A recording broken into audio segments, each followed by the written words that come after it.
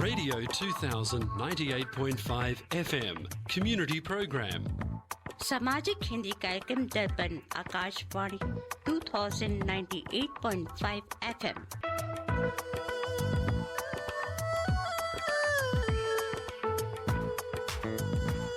Welcome to the Hindi Show, featuring news, interviews, music and community announcements. स्वागत है दर्पण हिंदी कार्यक्रम में। आप सुनेंगे समाचार, विचार, संगीत और सामाजिक सूचनाएं। Radio 2000 98.5 FM Multicultural Radio.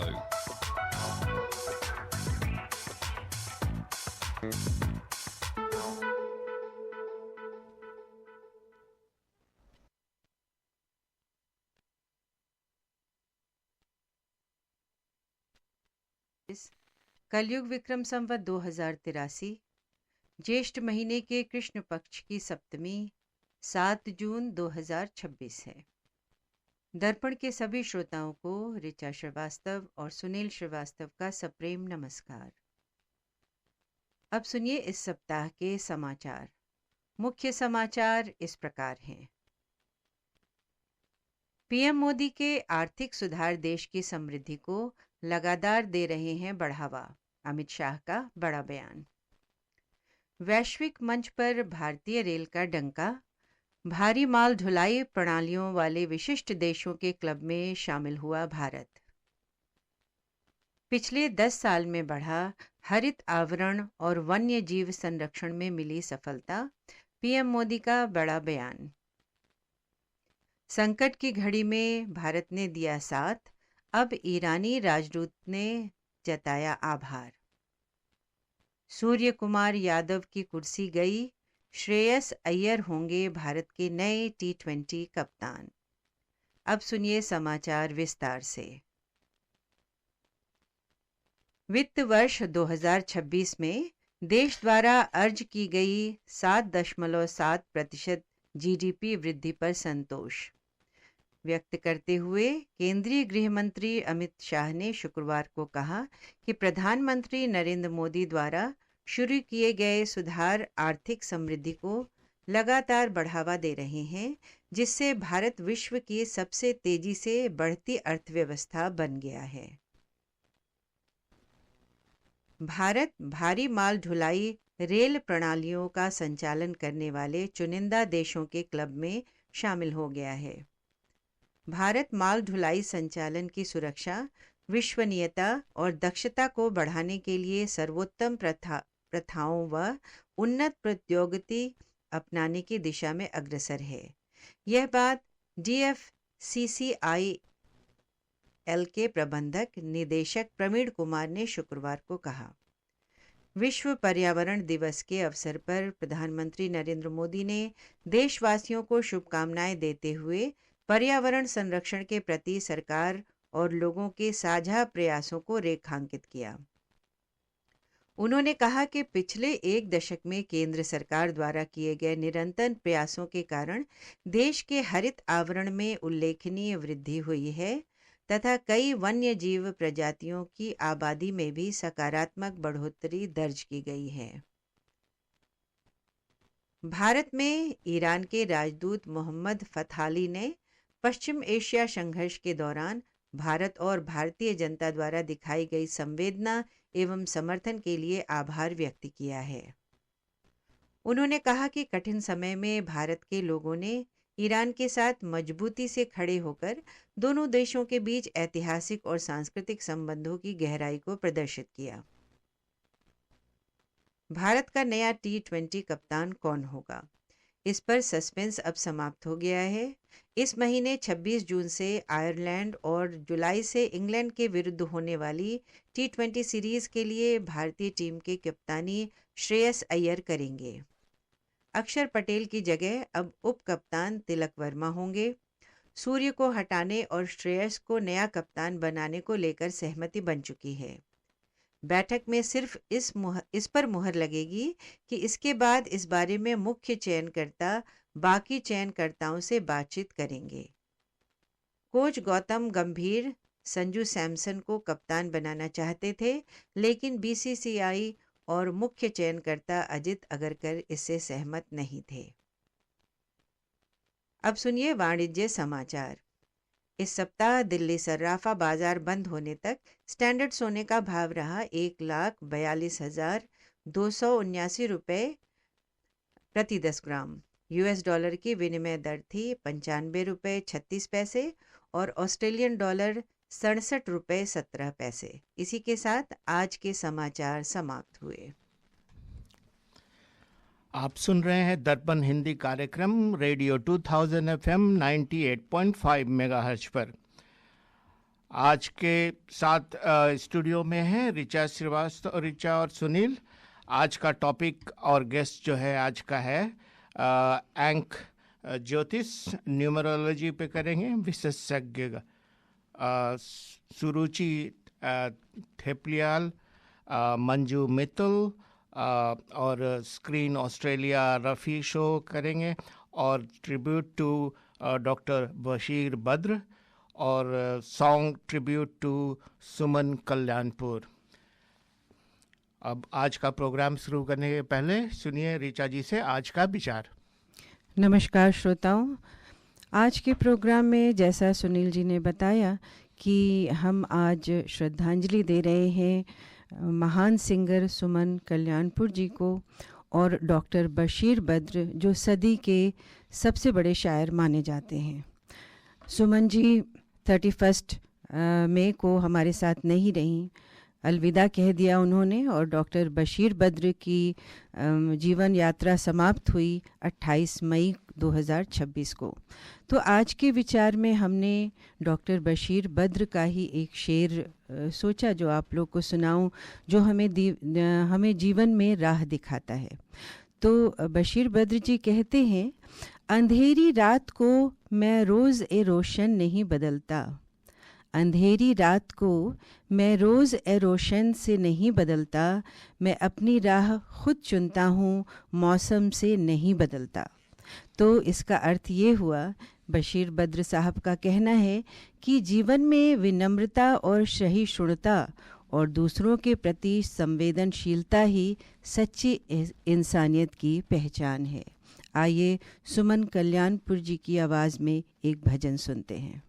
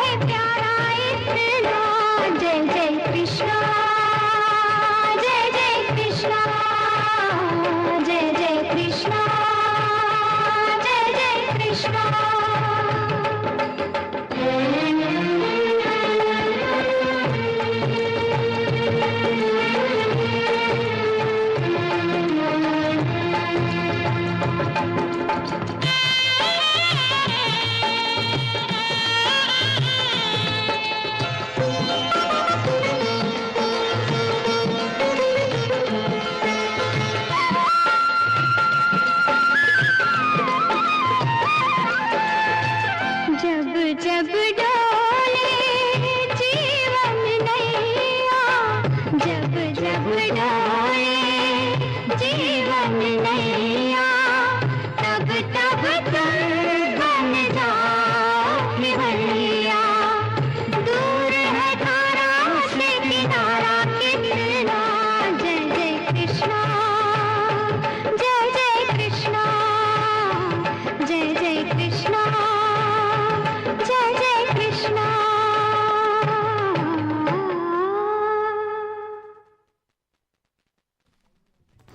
दर्पण रेडियो सुन रहे सभी श्रोतागण को प्यार भरी नमस्कार।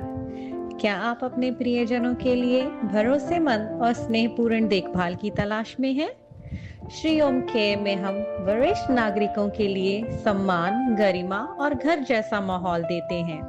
हमारी सेवाओं में शामिल हैं इन होम केयर, डिसेबिलिटी केयर और डेमेंशिया व अल्जाइमर सपोर्ट, साथ ही स्पेशल सपोर्ट, एडवाइजरी सर्विसेज और संस्कृति व भाषा के अनुसार विशेष देखभाल। हम 24/7 assisted living, registered nursing, respite care और हेल्दी एजिंग एक्टिविटीज भी प्रदान करते हैं। हम माई एज केयर, NDIS और प्राइवेट केयर विकल्पों के माध्यम से आपकी पूर्ण सहायता करते हैं। श्री ओम केयर, जहां देखभाल परिवार जैसी लगती है। अधिक जानकारी के लिए आज ही कॉल करें 1300 908 681 या फिर वेबसाइट विजिट करें shriomcare.org.au। धन्यवाद। ये था हमारे स्पॉन्सर COM का शो। श्रोताओं, आज हम भारतीय फिल्म संगीत की एक अमूल्य धरोहर, महान पार्श्व गायिका सुमन कल्याणपुर जी को भावभीनी श्रद्धांजलि अर्पित करते हैं। 28 जनवरी 1937 को ढाका, तत्कालीन ब्रिटिश भारत में जन्मी सुमन जी ने अपनी मधुर, कोमल और भावपूर्ण आवाज़ से संगीत प्रेमियों के दिलों में एक विशेष स्थान बनाया। उन्होंने हिंदी, मराठी सहित अनेक भाषाओं में हजारों गीत गाए और अपने सुरों से कई पीढ़ियों को मंत्रमुग्ध किया। 31 मई 2026 को 89 वर्ष की आयु में मुंबई में उनका निधन हो गया। उनके जाने से भारतीय संगीत जगत में एक स्वर्णिम युग का अंत हो गया। कितने ही अनगिनत चर्चित गीत उन्होंने गाए जो हमारे दिल में घर कर गए। और देखिए संजोग की बात, पिछले सप्ताह हमने उनके जीवन और संगीत को दर्पण रेडियो पर सेलिब्रेट किया था। क्या पता था कि इस सप्ताह उन्हें श्रद्धांजलि देनी पड़ेगी। दर्पण हिंदी रेडियो परिवार की ओर से स्वर साधिका सुमन कल्याणपुर जी को विनम्र श्रद्धांजलि। स्वर भले ही मौन हो गया हो, लेकिन उनके गीत सदैव गूंजते रहेंगे। आज के सभी गीत हम उन्हीं की याद में प्ले करेंगे और प्रस्तुत करेंगे। श्रोताओं, पिछले सप्ताह हमारे दर्पण के ही टीम के श्री पैट वाराणसी जी ने बहुत ही अच्छा एक कार्यक्रम प्रस्तुत किया था। तो वो हमारे साथ लाइन पे जुड़ चुके हैं। पैट जी नमस्कार, आपका बहुत बहुत स्वागत है। नमस्कार ऋचा जी, कैसे हैं आप? हाँ, एक मिनट, आपकी आवाज़, हाँ अब बोलिए। नमस्कार ऋचा जी, सुन पड़ा आपको? हाँ हाँ, अब सुनाई दे रहा है। अच्छा, तो मैं बोलिए। यही कहना चाहूँगी कि देखिए पिछले सप्ताह कितना ही खूबसूरत आपने प्रोग्राम फीचर तैयार किया था सुमन कल्याण जी के ऊपर। उनकी लाइफ सेलिब्रेट कर रहे थे और हमें बिल्कुल नहीं पता था कि ये सप्ताह जो है हम उनको श्रद्धांजलि देंगे। तो इसको कहते हैं नियति। मैं जानना चाहती हूँ कि आपकी क्या जो है ना, क्या भावनाएं हैं, कैसे आप प्रदर्शित करना चाहेंगे? हाँ, देखिए जैसे आपने बताया संयोग की बात है, जी। you know, and it is with mixed emotions, you know, that I take this news. जी मैंने पढ़ा था वो प्रोग्राम के बाद जब ये हुआ, जी तो mixed emotions ये है कि happy that she re-celebrated her life and her contributions to music. जी उनके योगदान को हमने काफी जश्न मनाए और there was very good feedback from listeners, lots of friends. काफी लोगों को जैसे हमने बताया था सुमन कल्याणपुर के बारे में पता नहीं था इतना. So I'm very happy that we could celebrate. Also happy that the government recognized her 3 years back. And she on her last journey, she was draped in the national colors because she was a Padma Bhushan awardee. Ji. So that is the happy side. Sad that we lost, yet another और एक जिसको बोलते दिग्गज कलाकार, सितारा दिग्गज कलाकार खोलिए and वो बहुत दुख की बात है जी. लेकिन देखिए जैसे उनकी एक गाना है रहे न रहे हम जी. मैं क्या करेंगे. I think it's very appropriate for the occasion. Suman ji की म्यूजिक का जो महक खुशबू जो है वो सदा रहेगा. That is how I feel. Her music is going to keep us all happy, and her memories will stay with us. जी. Thanks, Rita ji. Thank you so much.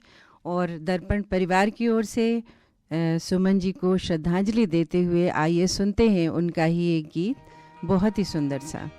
धन्यवाद पैट जी.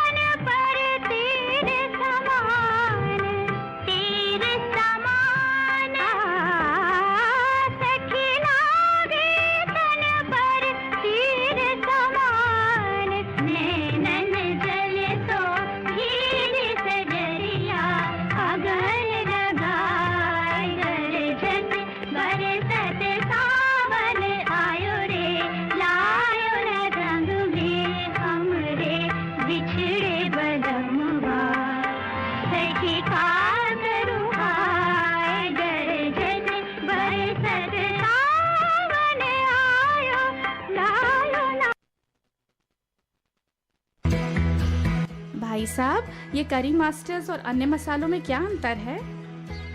बहन जी, करी मास्टर्स कंप्लीट करी मिक्स है. इसमें onion, garlic, ginger, टमाटर, नमक, मिर्च, हल्दी, धनिया वे सभी मसाले मिले हुए आते हैं. ये बनाने में बहुत ही आसान और खाने में लाजवाब है। It's so easy.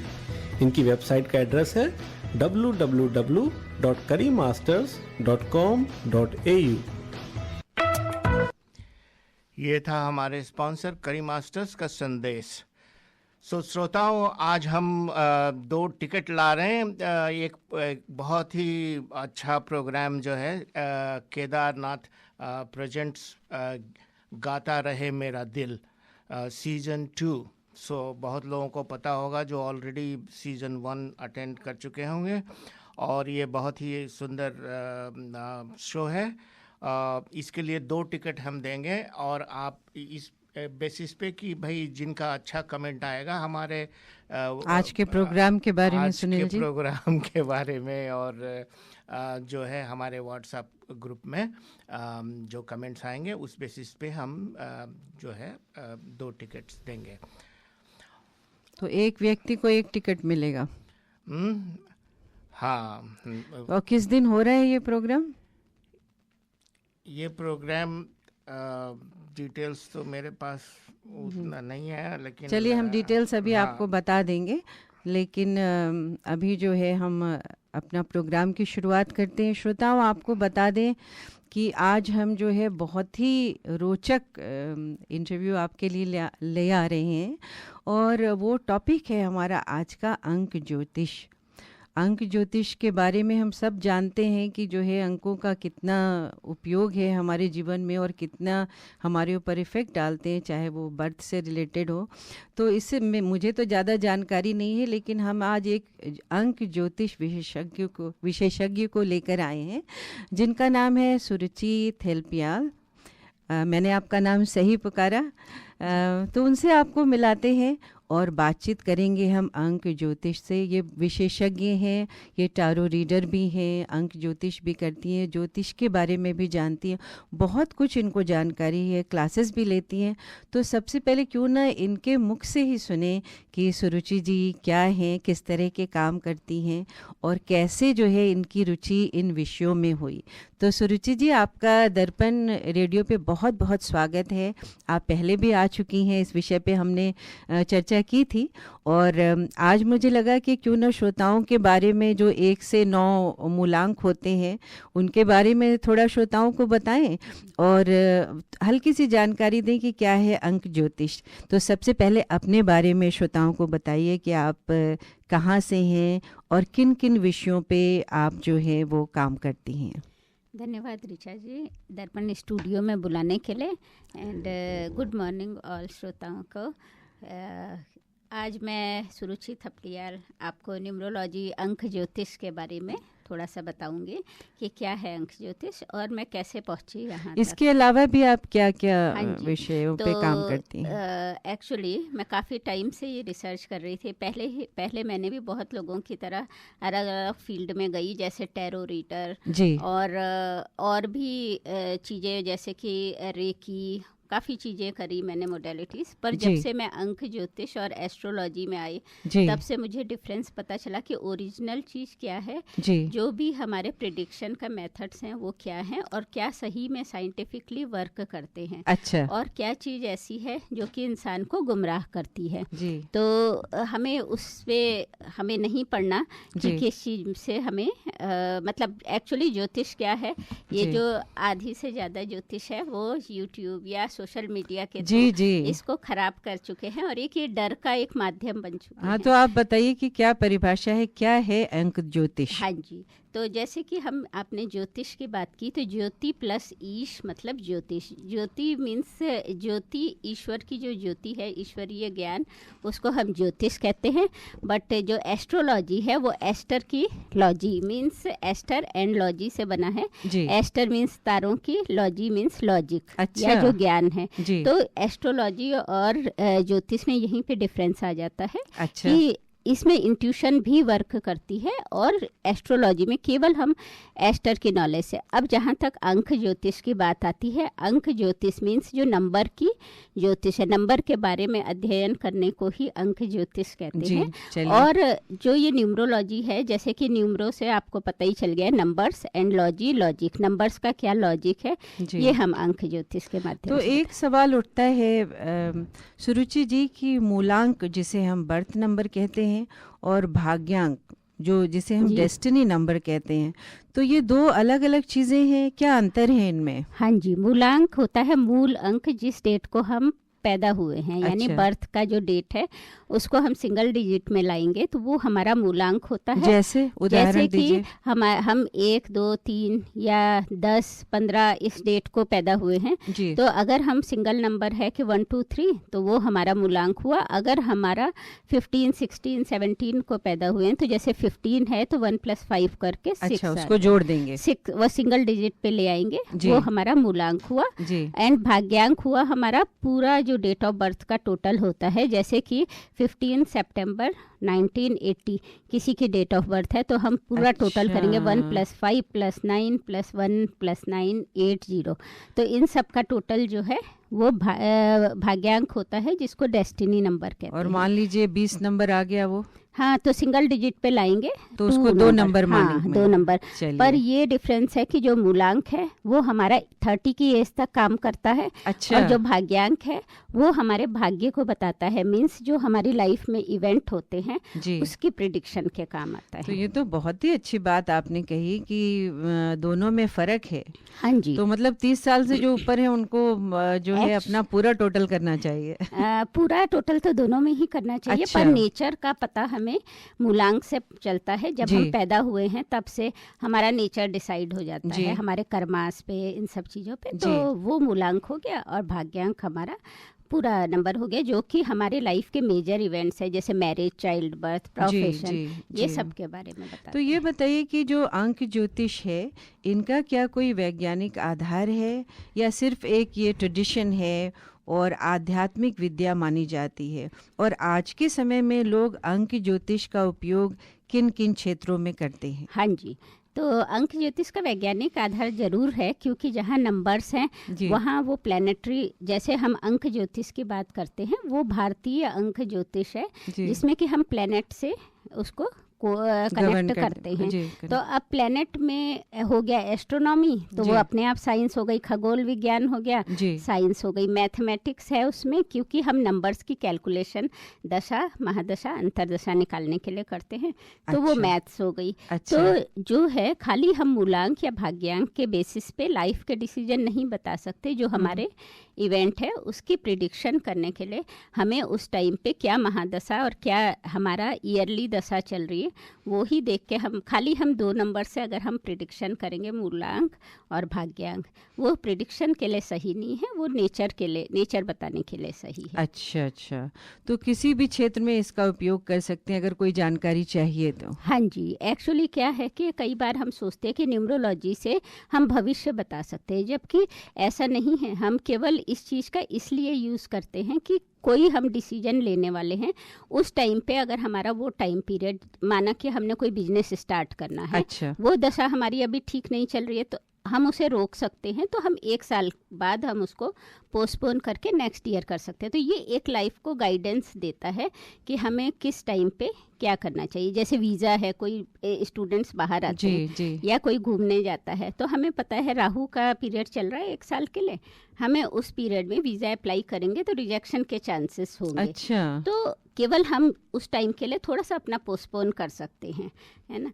तो ये सारी चीज़ें हमें देख के इसमें कि कैसे करना है बहुत डिटेलिंग में, और आधा ज्ञान खतरनाक नहीं, फैटल होता है। तो अगर बहुत लोगों को होता है कि केवल आजकल हो गया है कि मूलांक और भाग्यांक पे प्रिडिक्शन दे देते हैं। देखिए, एक सवाल आ गया दर्पण फोरम में, सब श्रोतागण बहुत ध्यान से आपकी बातें सुन रहे हैं क्योंकि सबको रुचि है और सब लोग फैक्ट जानना चाहते हैं।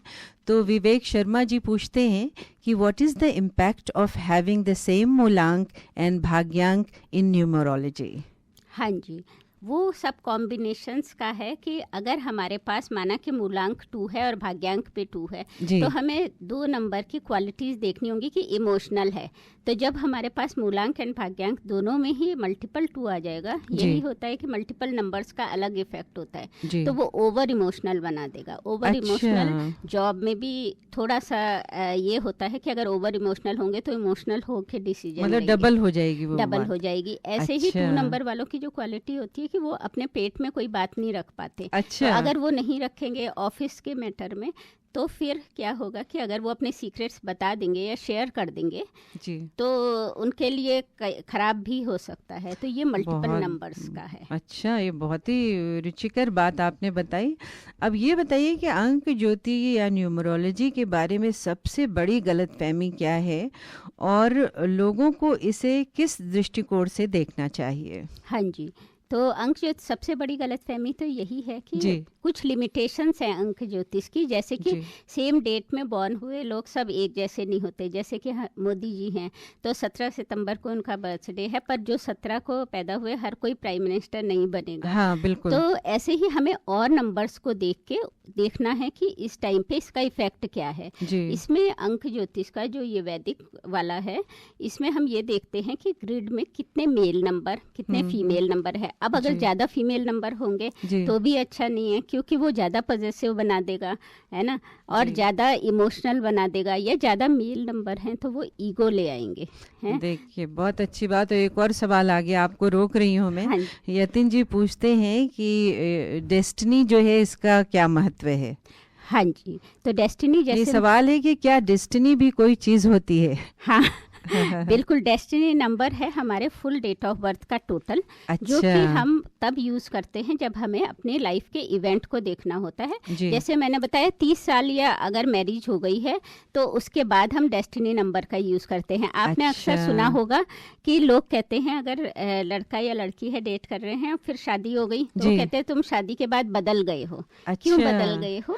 डेस्टिनी नंबर का इम्पैक्ट आया, थोड़े मैच्योरिटी आती है एज के 30 की एज के बाद, तो वो अलग तरह से वर्क करता है हमारा डेस्टिनी नंबर। साथ में हम उसमें लाइफ के डिसीजन, किस प्रोफेशन में जाएंगे, कोई लिटिगेशन तो नहीं है, कोई हमें हेल्थ इश्यूज तो नहीं आ रहे हैं। साथ साथ ये हेल्थ में ये भी बताता है वात पित्त कफ, जैसे जो भी हमारी बॉडी की प्रकृति है कौन से नंबर की कौन सी है। अगर हमें कफ है तो एल्काइन फूड लेना चाहिए, या वात है तो हमें सिट्रस वाले फूड लेने चाहिए। इस टाइप की चीज़ें भी हम ज्योतिष से, और हम इसमें कुछ कर नहीं सकते कि बड़ी बीमारी को हम नहीं रोक सकते, पर अगर हमें पता है कि हमारी बॉडी के ये प्रकृति है तो हम स्टार्टिंग से उसको फॉलो करके चीज़ें कर सकते हैं। जैसे कि आपको एक एग्जाम्पल देती हूँ कि जैसे 4 का ईयर चल रहा है राहु का 1 साल के लिए, तो हमें पता है कि उस टाइम पे विटामिन B12 एंड डी की कमी रह सकती है बॉडी में। मैं खुद चेकअप करवाने गई और डॉक्टर ने कहा आपको होगी नहीं ऐसी, क्योंकि आपका तो बहुत अच्छा है।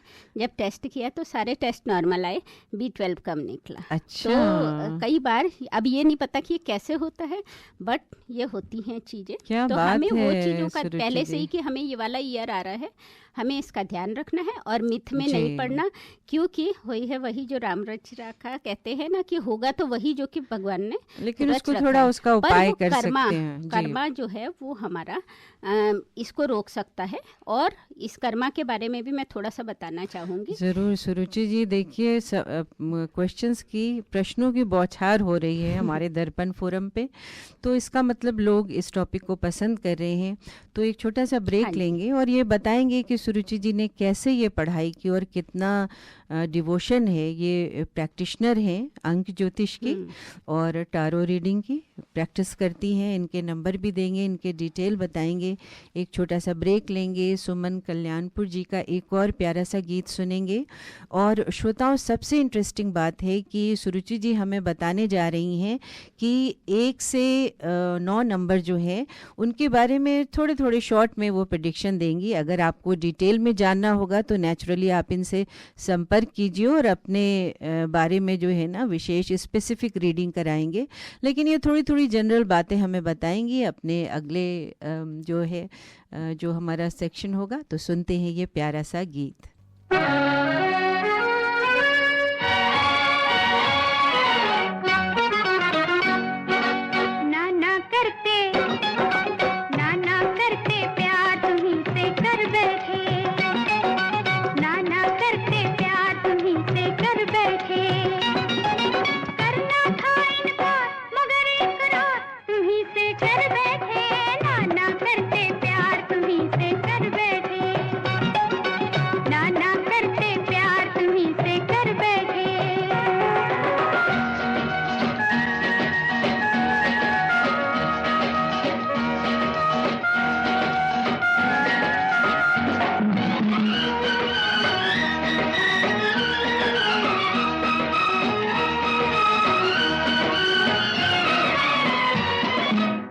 को है पता जो तुम्हारी दास्तां थी, होंठों पे तो ना थी, होंठों पे तो ना थी, मगर दिल में आती।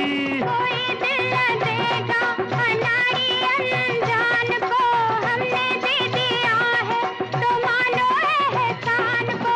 हम भूले एक बार कि आंखें चार तुम्हीं से कर बैठे, नाना करते प्यार तुम्हीं से कर बैठे। करना था इनकार मगर इकरार तुम्हीं से कर बैठे, नाना करके प्यार तुम्हीं से कर बैठे।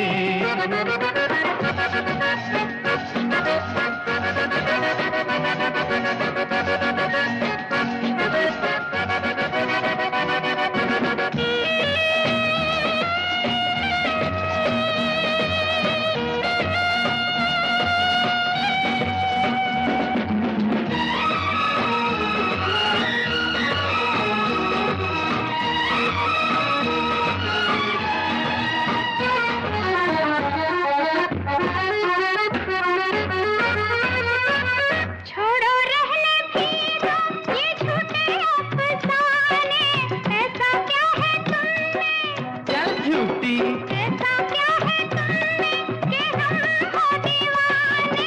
फिर भी तुमने ख्वाबों में आना नहीं छोड़ा, तीर नजरों के चलाना नहीं छोड़ा।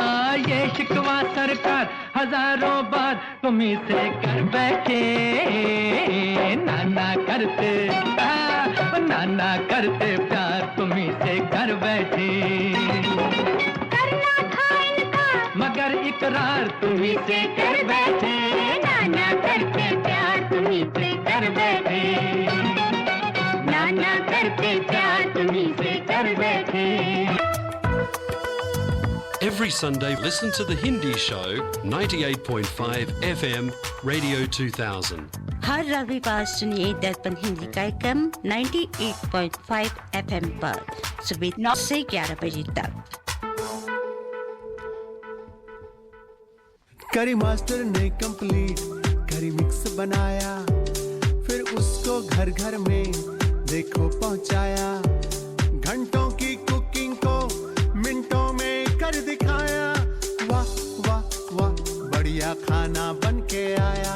करी मास्टर ने जादू चलाया, करी मास्टर ने कंप्लीट करी मिक्स बनाया। करी मास्टर्स कंप्लीट करी mix available at all leading spice shops. ये था हमारे स्पॉन्सर करी मास्टर्स का संदेश। सो श्रोताओं, हमारा जो 2 टिकट्स वाले जो प्रोग्राम है वो जारी है और आप अपने अच्छे अच्छे कमेंट्स भेजते रहिए। जो है हम 2 टिकट्स देंगे। ये शो जो है गाता रहे मेरा दिल प्रेजेंट्स बाय केदारनाथ, और ये होगा 4 जुलाई को सैटरडे 6 PM, और ये वेन्यू जो है वो है द रीजेंसी फंक्शन सेंटर ओबन। श्रोताओं, जो पहेली रखी है सुनील जी ने और टिकट तो बहुत ही इंटरेस्टिंग लग रहा है। शो तो बहुत अच्छा है सुरुचि जी।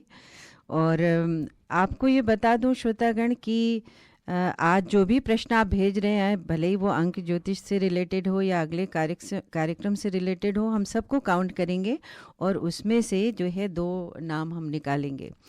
तो आपको मिला रहे हैं हम अंक ज्योतिष विशेषज्ञ सुरुचि थेपलियाल जी से, जिनसे हम बातचीत कर रहे हैं। बहुत सारे क्वेश्चन आ रहे हैं, मुझे देख के बहुत अच्छा लग रहा है सुरुचि जी कि लोग जो हैं उत्सुक हो रहे हैं कि वाकई हम तो बस व्हाट्सएप पे पढ़ते हैं।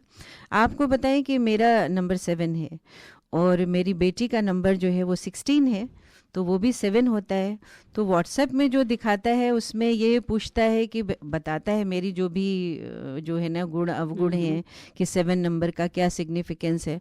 तो वही चीज़ें मैच करनी चाहिए मेरी बेटी से भी, उसका भी 7 है, लेकिन हम दोनों बिल्कुल विपरीत हैं कई चीज़ों में। कुछ समानताएं हैं लेकिन बहुत चीज़ों में विपरीत भी हैं। तो इसके पीछे क्या वजह है आप बताइए।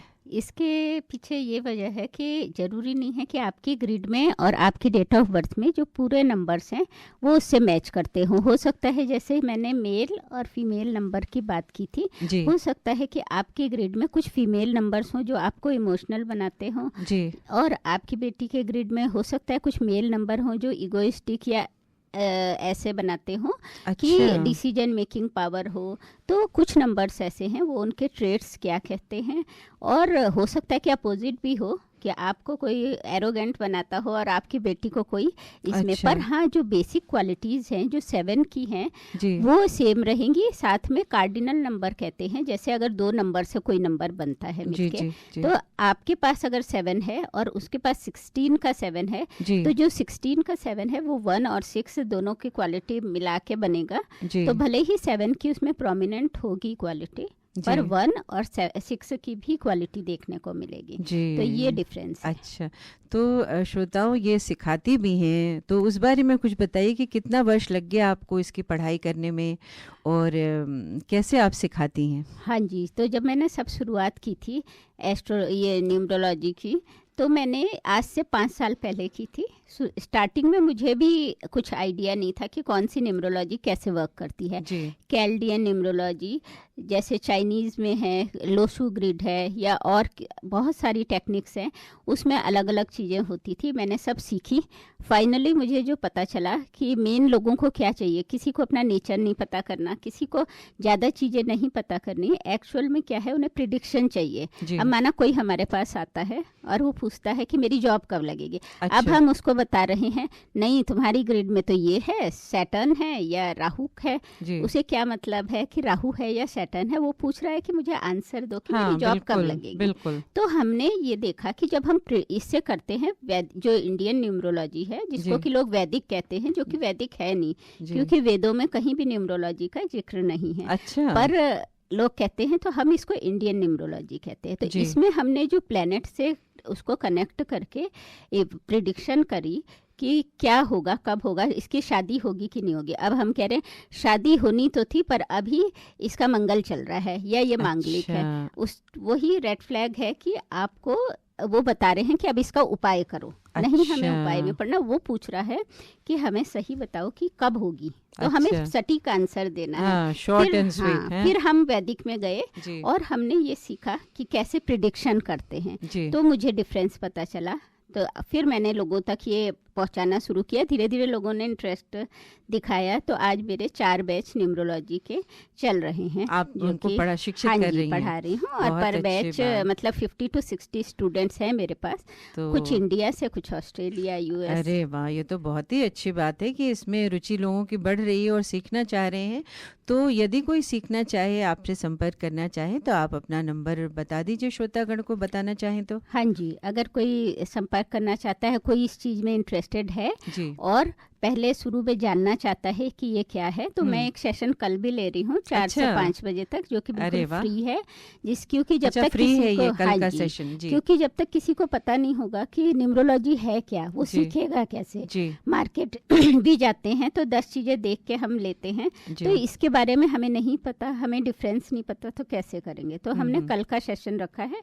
जो भी कांटेक्ट करना चाहता है वो मुझे नंबर्स पे कांटेक्ट कर सकता है। मैं बता देती हूँ, 04155785669।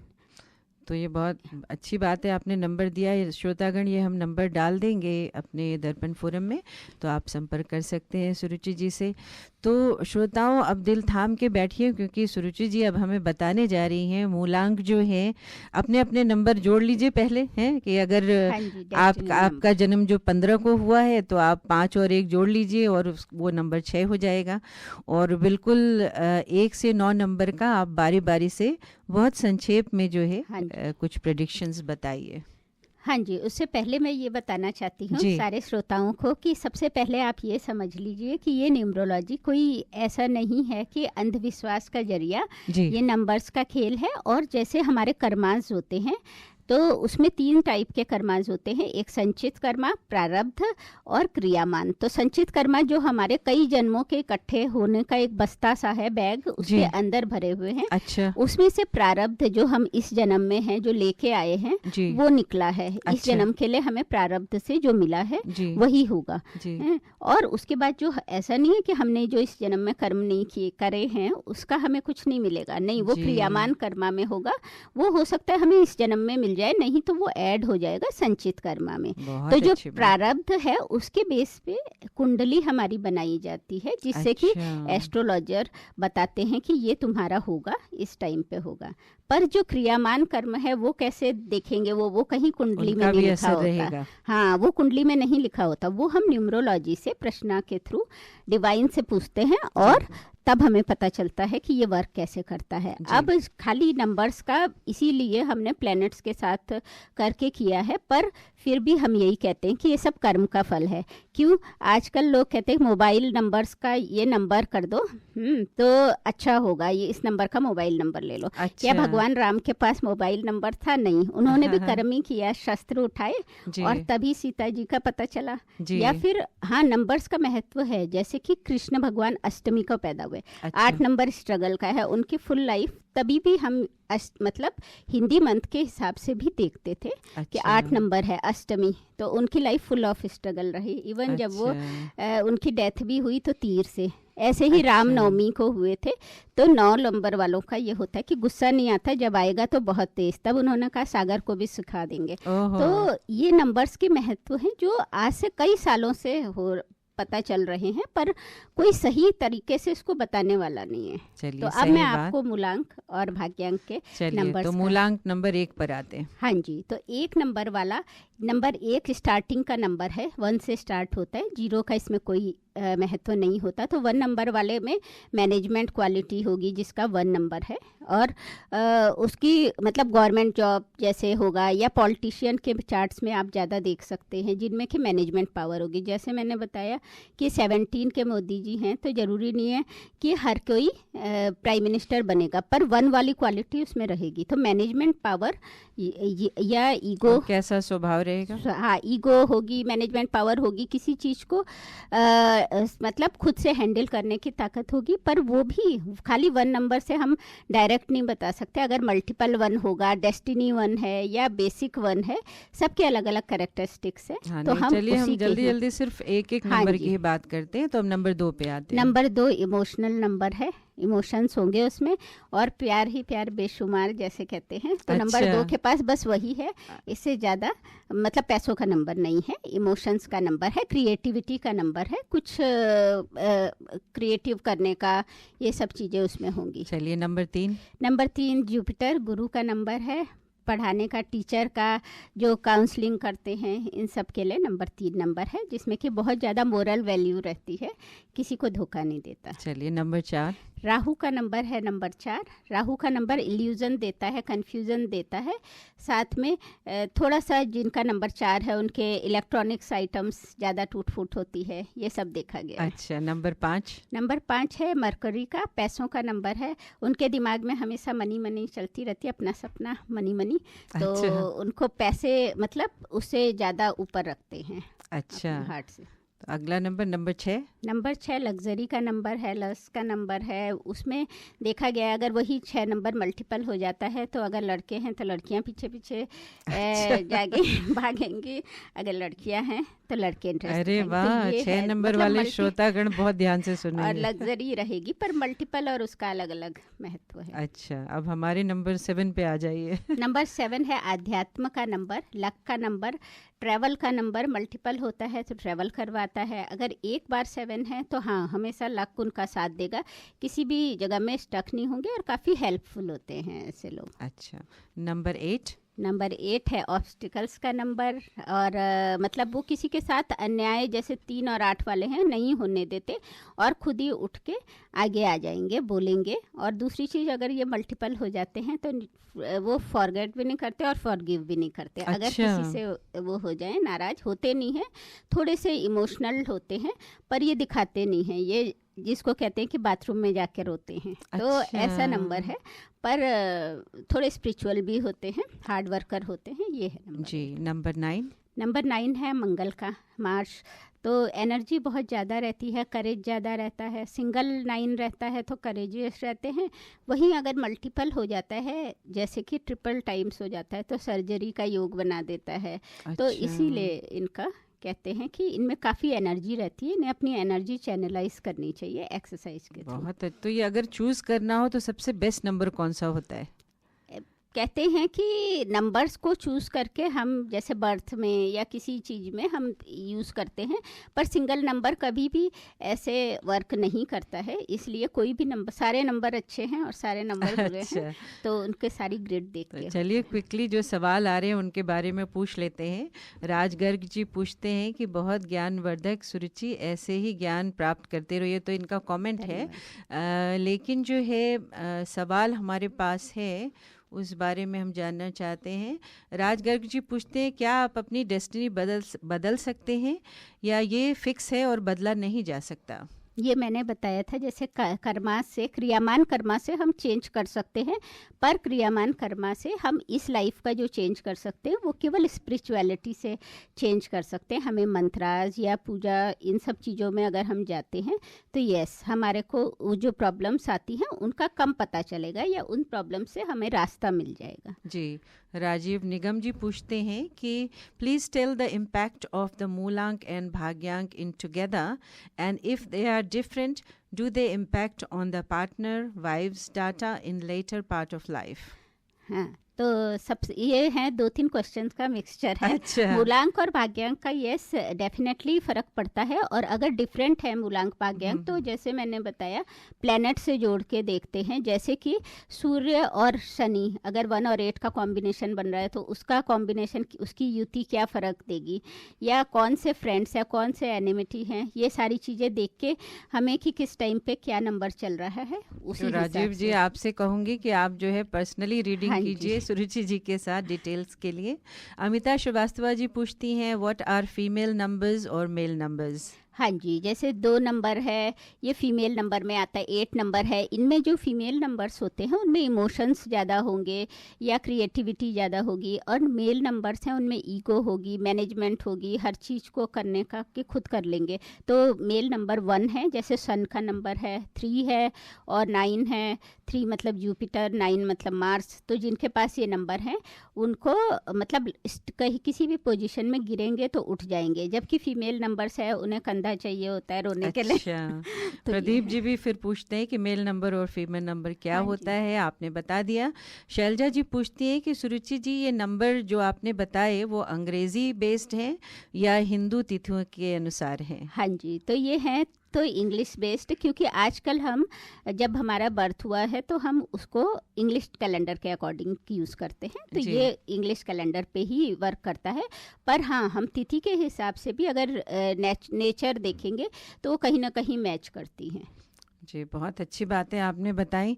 देखिए समय कम है और श्रोतागण से यही कहूँगी कि आप जो है सुरुचि जी से जो है आप खुद मिलिए और जो भी आपके पर्सनल सवाल हैं वो आप पूछ सकते हैं। एक और सवाल आया है विवेक शर्मा जी, वो पूछते हैं कि Suruchi ji, you explain that numerology is contextual, yet many people see it as absolute. How do you manage their expectations around such a nonsense subject? देखिए वैसे इसमें है अंक ज्योतिष में बहुत सारा गुमराह करने के लिए बहुत मटेरियल मिल जाएगा कैसे यूज़ करना है, पर ये अपने ऊपर होता है कि हमें क्या उस नंबर्स की रिसर्च से कैरेक्टरिस्टिक्स दिख रही हैं हमारे अंदर, क्या हमने 1-2 बार, जैसे बहुत लोग नहीं मानते कि नंबर्स पर नंबर्स होते हैं और वो हमारी लाइफ में इम्पैक्ट डालते हैं, वो चीज़ गलत है कि जो कार का नंबर या मोबाइल नंबर या और नंबर्स के बारे में बात करते हैं। क्योंकि आज से भाई अगर सचिन तेंदुलकर जी थे तो उन्होंने ये नहीं देखा कि छक्का लगाते टाइम कि मेरे पास वो मोबाइल नंबर था कि नहीं था। तो वो सब चीज़ें बेकार हैं। पर हाँ, अंक का, नंबर्स का, जैसे प्लैनेट्स से करते हैं तो प्लैनेट्स का हमारी लाइफ में असर पड़ता है, जो कि हम लोग केवल ये इंडियन न्यूमरोलॉजी में है जो कि हम प्लैनेट से कनेक्ट करके देखते हैं। बाकी जो वेस्टर्न न्यूमरोलॉजी है उसमें वो केवल नंबर से कनेक्ट करके देखते हैं। चलिए, बहुत अच्छी बात। और हमें यहीं अब जो है इसे विराम देना पड़ेगा। ये बहुत ही बड़ा सब्जेक्ट है और इसके बारे में आगे भी हम चर्चा करते रहेंगे। अगर श्रोतागण आपसे संपर्क करना चाहते हैं तो एक बार फिर से आप अपना नंबर दे दीजिए ताकि वो और जानकारी ले सके। हाँ जी, तो फिर मेरा नंबर है 04155785569। और जो भी इंटरेस्टेड हैं वो दर्पण रेडियो के व्हाट्सएप ग्रुप में भी मुझे मैसेज कर सकते हैं शाम तक। तो उनको मैं न्यूमरोलॉजी के बारे में, कल जो होने वाला है हमारा 4 to 5 का सेशन, उसमें कुछ तो पूछना ऑनलाइन चाहते हैं। ऑनलाइन है जूम पे, और उसके बारे में कुछ भी कोई उनको न्यूमरोलॉजी का पूछना है या पर्सनल कंसल्टेशन चाहिए, उस बारे में भी कल के लिए ये फ्री है। तो आप लोगों को जिसको भी पूछना है, अपने बारे में जानना है, कुछ इवेंट के बारे में, तो आप कर सकते हैं। सुरुचि जी, आपका बहुत बहुत धन्यवाद। नमस्कार। आपने इतनी अच्छी जानकारी दी और बहुत सी बातें सुलझाई जो है हमें अंत ज्योतिष के बारे में नहीं पता था। आगे भी हमसे जुड़े रहिएगा। दर्पण की ओर से आपको बहुत बहुत धन्यवाद। नमस्कार। धन्यवाद। नमस्कार रुचि जी।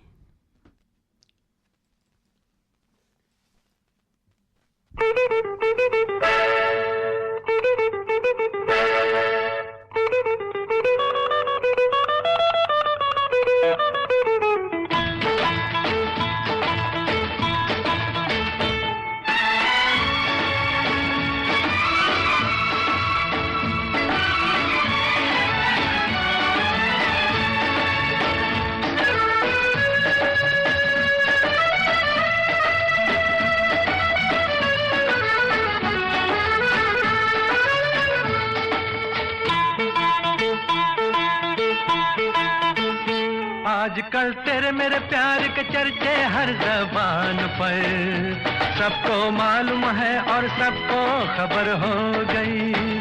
आजकल तेरे मेरे प्यार के चर्चे हर ज़बान पर, सबको मालूम है और सबको खबर हो गई। क्यों क्या? आजकल तेरे मेरे प्यार के चर्चे हर ज़बान पर, सबको मालूम है और सबको खबर हो गई।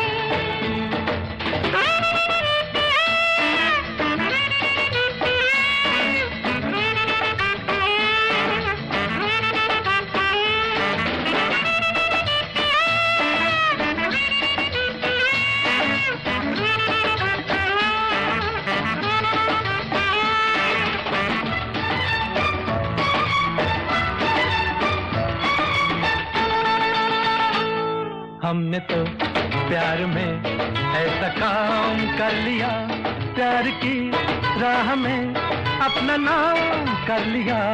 हमने तो प्यार में ऐसा काम कर लिया, प्यार की राह में अपना नाम कर लिया, प्यार की राह में अपना नाम कर लिया। आजकल तेरे मेरे प्यार के चर्चे हर ज़बान पर, अच्छा, सबको मालूम है और सबको खबर हो गई। तो क्या? आजकल तेरे मेरे प्यार के चर्चे हर ज़बान पर, सबको मालूम है और सबको खबर हो गई।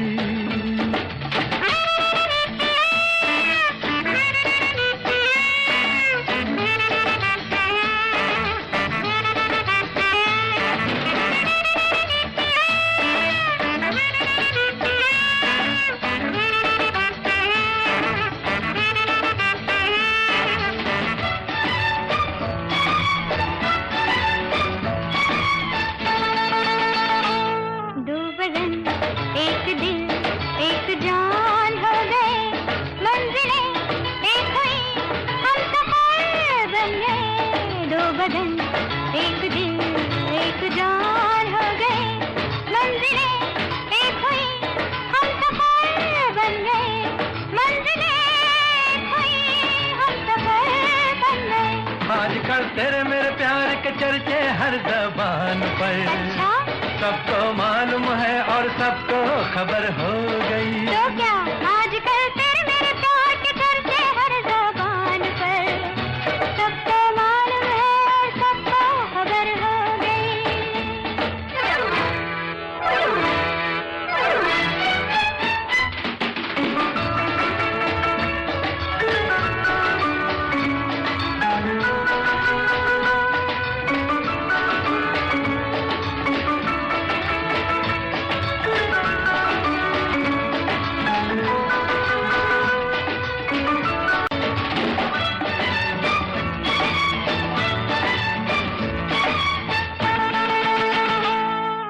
भला हम डरे, दिल के मालिक हैं हम, हर जन्म मैं तुझे अपना माना सनम। क्यों भला हम डरे, दिल के मालिक हैं हम, हर जन्म मैं तुझे अपना माना सनम, हर जन्म मैं तुझे अपना माना सनम। आज कल तेरे मेरे प्यार की। श्रोताओं, बहुत ही प्यारे प्यारे गीत सुमन जी ने गाए जो दिल में बस गए। लेकिन आइए अब बातचीत करते हैं डॉक्टर बशीर बद्र जी की। उन्हें श्रद्धांजलि देते हुए श्रोताओं ये बताना चाहूँगी कि आज उर्दू अदब की दुनिया कुछ और उदास है। शब्दों की दुनिया का एक चमकता सितारा, मोहब्बत, इंसानियत और रिश्तों का शायर डॉक्टर बशीर बद्र अब हमारे बीच नहीं रहा। 28 मई 2026 को 91 वर्ष की आयु में भोपाल स्थित अपने निवास पर उनका निधन हो गया। वो लंबे समय से अस्वस्थ थे। उनके जाने से उर्दू शायरी का एक ऐसा अध्याय समाप्त हुआ है जिसकी गूंज आने वाली पीढ़ियां भी महसूस करती रहेंगी। 15 फरवरी 1935 को अयोध्या में जन्मे डॉक्टर बशीर बद्र ने अलीगढ़ मुस्लिम विश्वविद्यालय से उच्च शिक्षा प्राप्त की। वे शिक्षक, विद्वान और सबसे बढ़कर एक ऐसे शायर थे जिन्होंने गज़ल को आम लोगों के दिलों तक पहुंचाया। उनकी शायरी में न शब्दों का आडंबर था, न भावों की जटिलता, बस जीवन की सच्चाइयाँ थीं जो सीधे दिल में उतर जाती थीं। उनका एक मशहूर शेर आपको याद ही होगा, कोई हाथ भी न मिलाएगा जो गले मिलोगे तपाक से, कोई हाथ भी न मिलाएगा जो गले मिलोगे तपाक से, ये नए मिजाज का शहर है, ज़रा फासले से मिला करो। क्या बात है। यादों की बात हो और बशीर बद्र का जिक्र ना आए, ऐसा कैसे हो सकता है। उन्होंने कहा है, उजाले अपने यादों के हमारे साथ रहने दो। ये मेरा पसंदीदा शेर है श्रोतागण। उजाले अपने यादों के हमारे साथ रहने दो, न जाने किस गली में जिंदगी की शाम हो जाए। क्या बात कही। रिश्तों में संवाद और इंसानियत की गुंजाइश बनाए रखने का संदेश देते हुए उन्होंने ये भी कहा, दुश्मनी जम कर करो लेकिन ये गुंजाइश रहे। दुश्मनी जम के करो लेकिन ये गुंजाइश रहे, जब कभी हम दोस्त हो जाएं तो शर्मिंदा ना हो। और उनका ये कालजयी शेर, आँखों में रहा दिल में उतर कर नहीं देखा, आँखों में रहा दिल में उतर कर नहीं देखा, कश्ती के मुसाफिर ने समंदर नहीं देखा। बशीर बद्र साहब की शायरी किताबों तक सीमित नहीं रही। उनके शेर लोगों की बातचीत का हिस्सा बने, मुशायरों की जान बने और जीवन के सुख दुख के साथी बने। ये किसी शायर की सबसे बड़ी उपलब्धि होती है। आज जब हम उन्हें श्रद्धांजलि अर्पित कर रहे हैं तो महसूस होता है कि शायर भले ही दुनिया से विदा हो जाए लेकिन उसके शब्द अमर हो जाते हैं। उन्होंने बहुत सारे गीत भी लिखे, गज़लें लिखी बॉलीवुड के लिए। आपको उनका एक बहुत प्यारा गीत सुनाएंगे जिसे जगजीत सिंह जी ने अपनी आवाज़ दी। और ये गीत के साथ ही दर्पण हिंदी रेडियो परिवार की ओर से महान शायर डॉक्टर बशीर बद्र साहब को विनम्र श्रद्धांजलि। उन्होंने कहा है, उजाले अपनी यादों के हमारे साथ रहने दो, न जाने किस गली में जिंदगी की शाम हो जाए।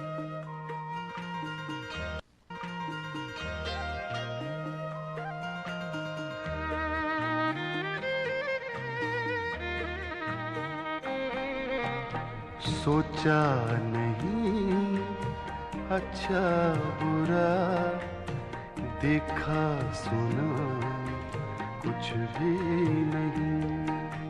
सोचा नहीं अच्छा बुरा, देखा सुना कुछ भी नहीं। मांगा खुदा से रात दिन, मांगा खुदा से रात दिन,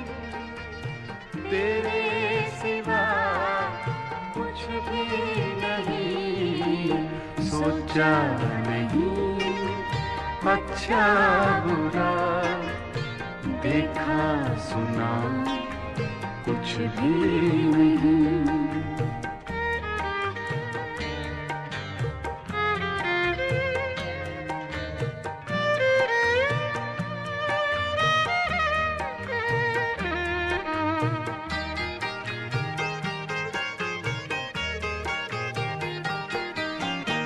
देखा तुझे, सोचा तुझे, चाहा तुझे, पूजा तुझे। देखा तुझे, सोचा तुझे, चाहा तुझे, पूजा तुझे। मेरी खता मेरी वफा, तेरी खता कुछ भी नहीं। मांगा खुदा से रात दिन, तेरे सिवा कुछ भी नहीं। सोचा नहीं अच्छा बुरा, देखा सुना कुछ भी नहीं।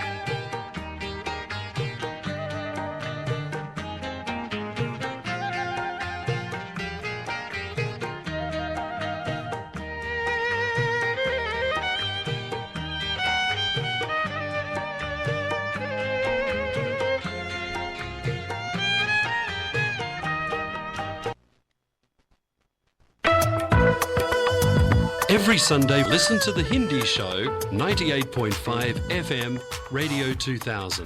हर रविवार सुनिए दर्पण हिंदी कार्यक्रम 98.5 FM पर सुबह 9 से 11 बजे तक।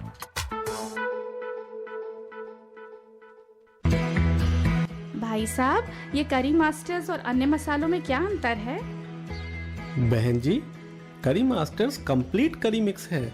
इसमें अनियन, गार्लिक, जिंजर, टमाटर, नमक, मिर्च, हल्दी, धनिया वे सभी मसाले मिले हुए आते हैं। ये बनाने में बहुत ही आसान और खाने में लाजवाब है। It's so easy.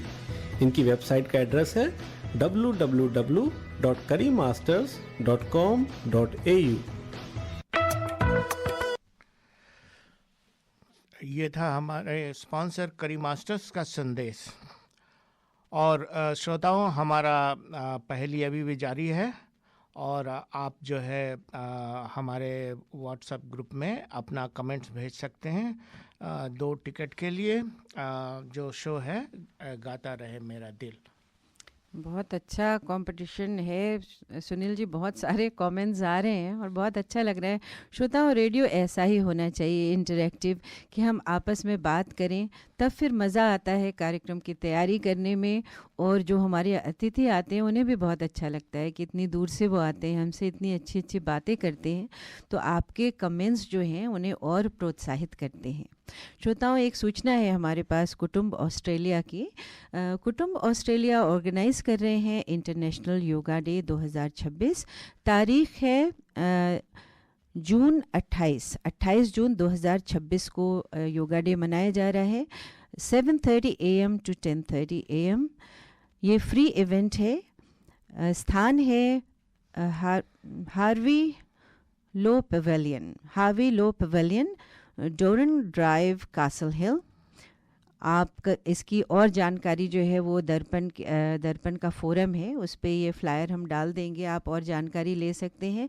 तो भारी संख्या में इसका लाभ उठाएं। इंटरनेशनल योगा डे में आप टिकट्स के लिए जो है रजिस्ट्रेशन करना होगा। टिकट्स के लिए आप जाएं कुटुम्बियाड, KUTUMBIYD, सो कुटुम्बियाड 2026.eventbrite.com। इस पे जाके आप और जानकारी ले सकते हैं, रजिस्टर कर सकते हैं या टिकट ले सकते हैं।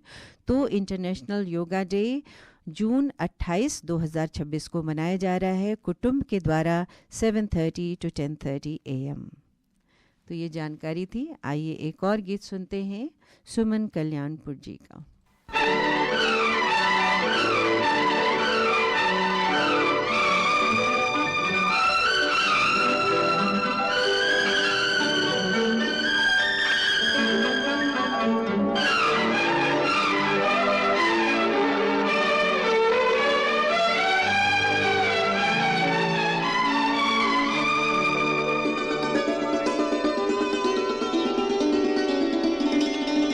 इतना है तुमसे प्यार मुझे मेरे राज़दार, जितने के आसमान पर तारे हैं बेशुमार।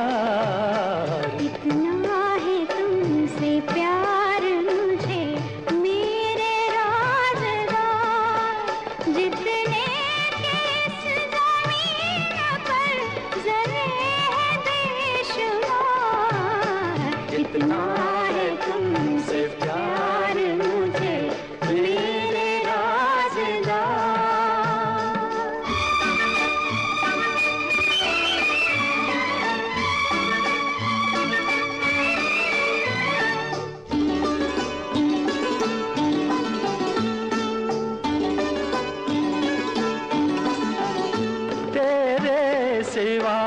किसी को न लाया निगाह में, लाखों हसीन आए जवानी की राह में, सदियों से कर रहा था तुम्हारा ही इंतजार।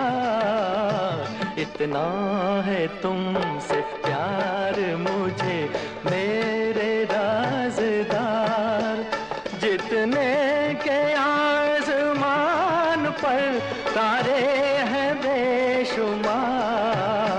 इतना है तुमसे प्यार मुझे मेरे राज़दार।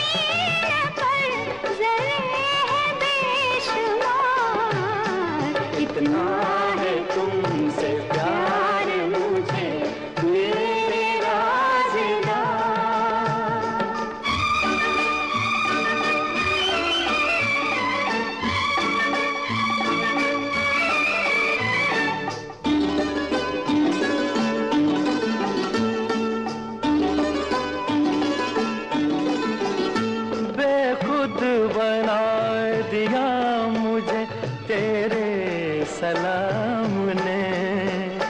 जन्नत अगर मिले तो ना लूं तेरे सामने।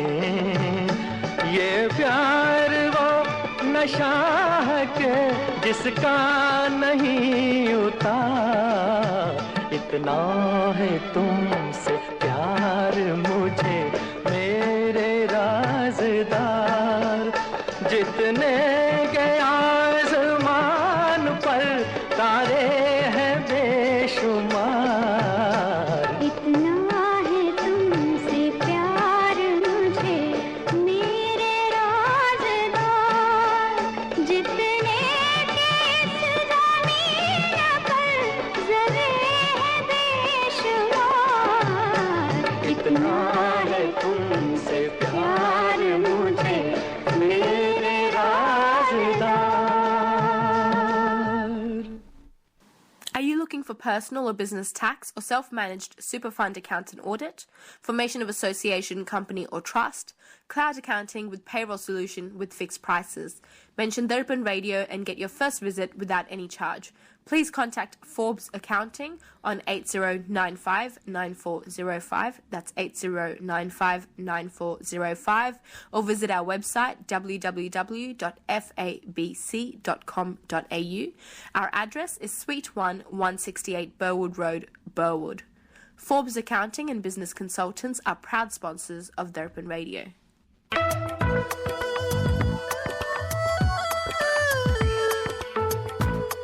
You can listen to community announcements and sponsorships on our website darpanradio.org.au.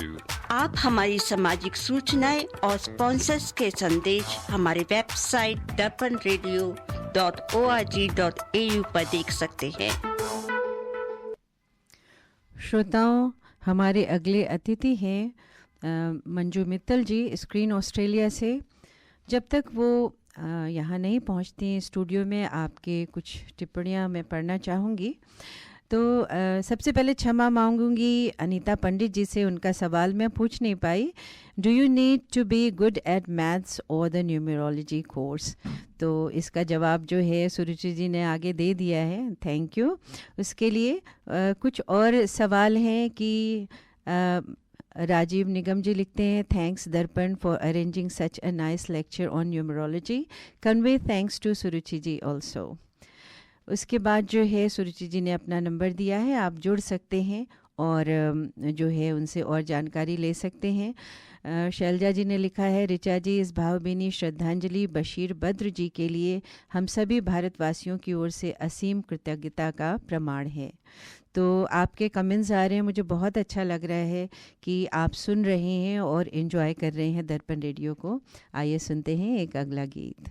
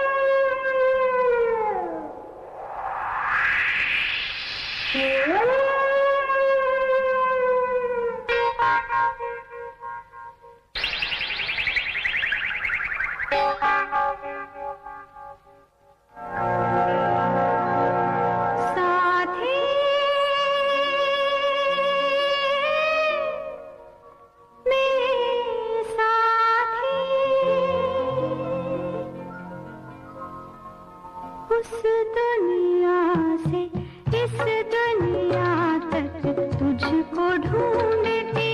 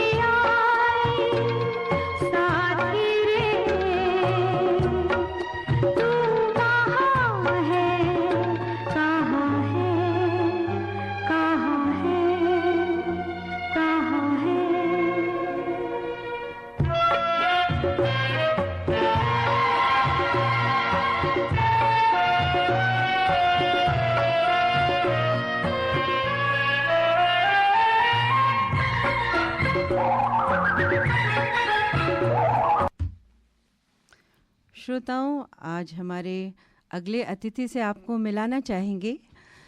ये बता दूं श्रोतागण कि मंजू मित्तल सिडनी का एक जाना पहचाना नाम और सम्मानित नाम है। स्क्रीन ऑस्ट्रेलिया के माध्यम से वो वर्षों से हमारे लिए उत्कृष्ट सांस्कृतिक और मनोरंजन कार्यक्रम प्रस्तुत करती रही हैं। भारत के अनेक प्रसिद्ध नाटक, संगीत कार्यक्रम और कलाकारों को सिडनी तक लाने का श्रेय उन्हें जाता है। साथ ही साथ उन्होंने स्थानीय कलाकारों को भी एक सशक्त मंच प्रदान किया है। इस कड़ी में इस बार वो सिडनी के संगीत प्रेमियों के लिए एक विशेष रफ़ी शो लेकर आ रही हैं।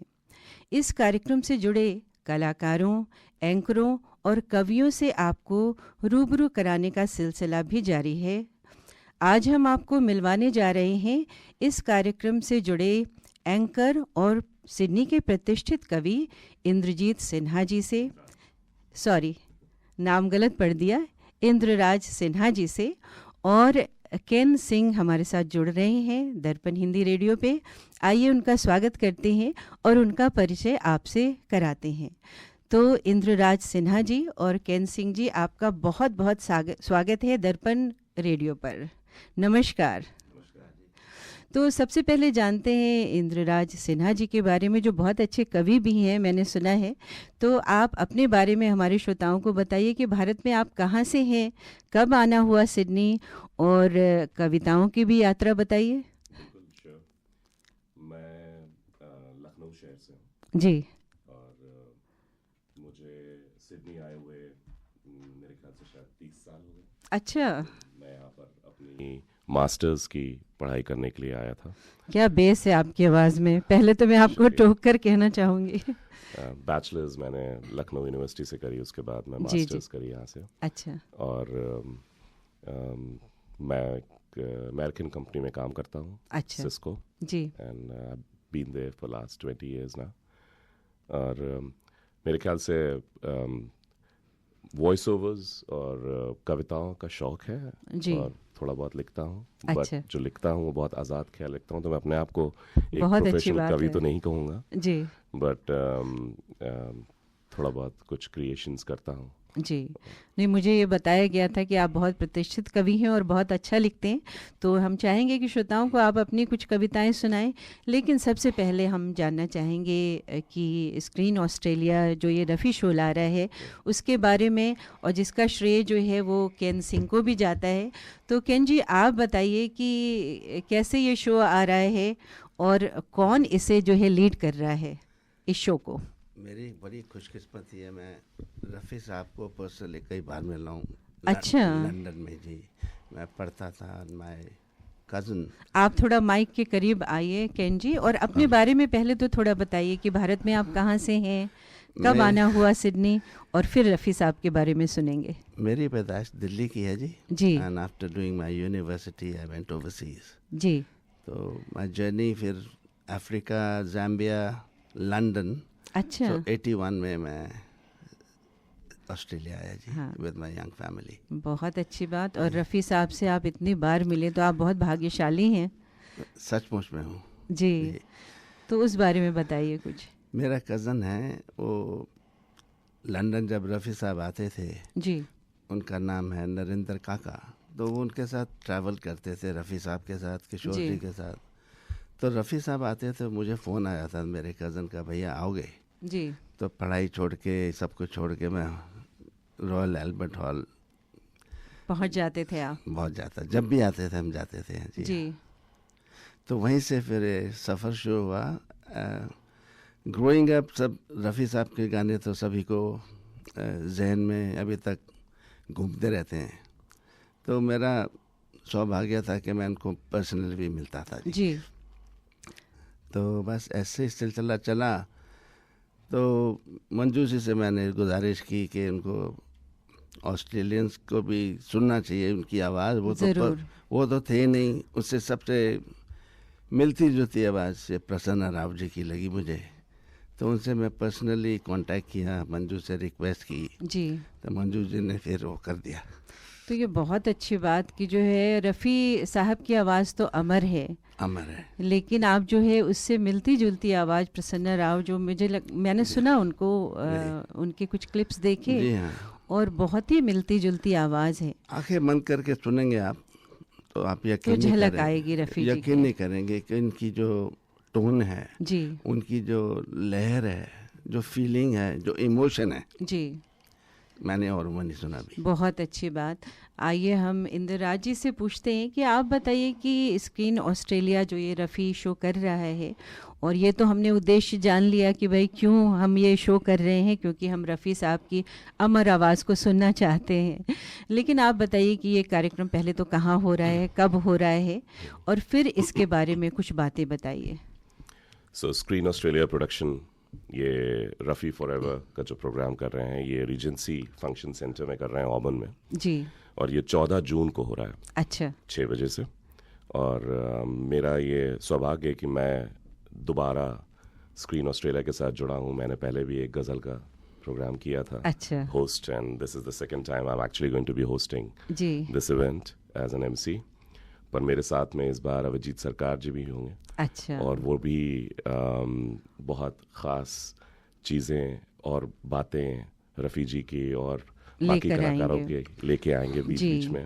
It's going to be very interesting. There are a lot of artist coming, बहुत सारे आर्टिस्ट आ रहे हैं, अच्छा, इन हिंदुस्तान से। ऑब्वियसली प्रसन्न राव जी की बात बताया, उनकी वाइफ ध्वनि जो कि बहुत अच्छी सिंगर है जी, विकास गौतम जी आ रहे हैं जो कि सैक्सोफोन पे हैं, अच्छा, एंड ऑब्वियसली हम लोगों के यहाँ के प्रसिद्ध कलाकार अभिजीत सरकार जी, सादिक रहमानी, शर्ली, एंजेला डिसूजा, और एक बैंड है जो कि काफ़ी पॉपुलर है, जज्बा, अच्छा, वो प्ले करेगा, and I think it's going to be a beautiful event.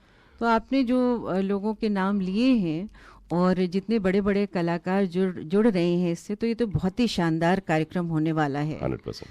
तो ये बताइए, हम आपसे कविता तो सुनेंगे ही, लेकिन क्या क्या हमें सुनने को मिलेगा, किस तरह के गीत होंगे, किस तरह का माहौल होगा, हमारे श्रोतागण देखेंगे उसको?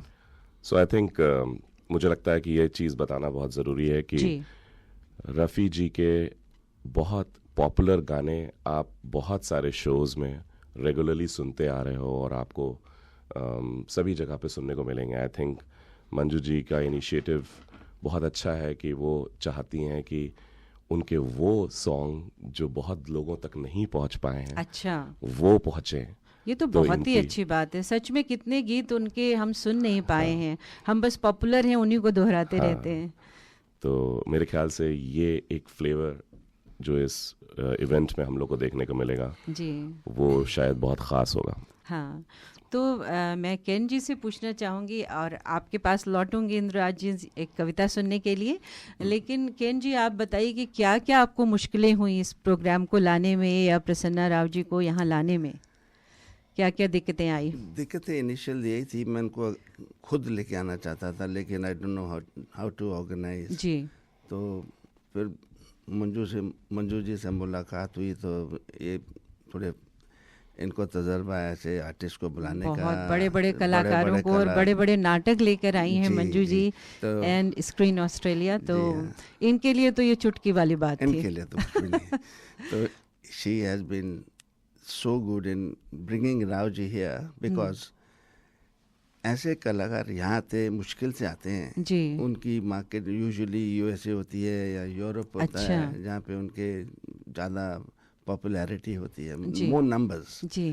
तो अब ये पहली ट्रिप इनकी, एंड आई होप इनको पूरा सपोर्ट मिले, and we continue to do this, आगे से भी मल्टी सिटी टूर्स कराएं इनके हम। अच्छा जी, तो बहुत मतलब आपको फिर मुश्किल नहीं आई, बहुत आसानी से जो है। मंजू जी है तो मुश्किल नहीं। अच्छा क्या बात कही। तो चलिए आप सुनते हैं इंद्रराज जी से उनकी एक कविता। अपनी कविता सुनाना तो शायद, और मैं ये भी कहूँगी कि मंजू जी ने आपकी भी खोज की है, जो बहुत ही रेयर आवाज़ है, इतनी बढ़िया बेस, और मुझे बहुत अच्छा लग रहा है आपको सुन के। तो आपको भी सुनने श्रोतागण बहुत ही इंटरेस्ट से पहुँचेंगे।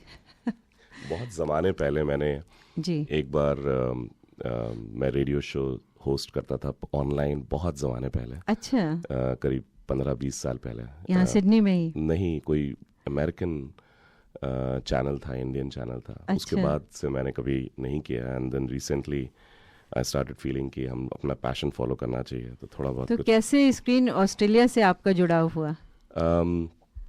मेरी बेटी सृजनी जी से क्लासिकल सीखती हैं। अच्छा। गाना।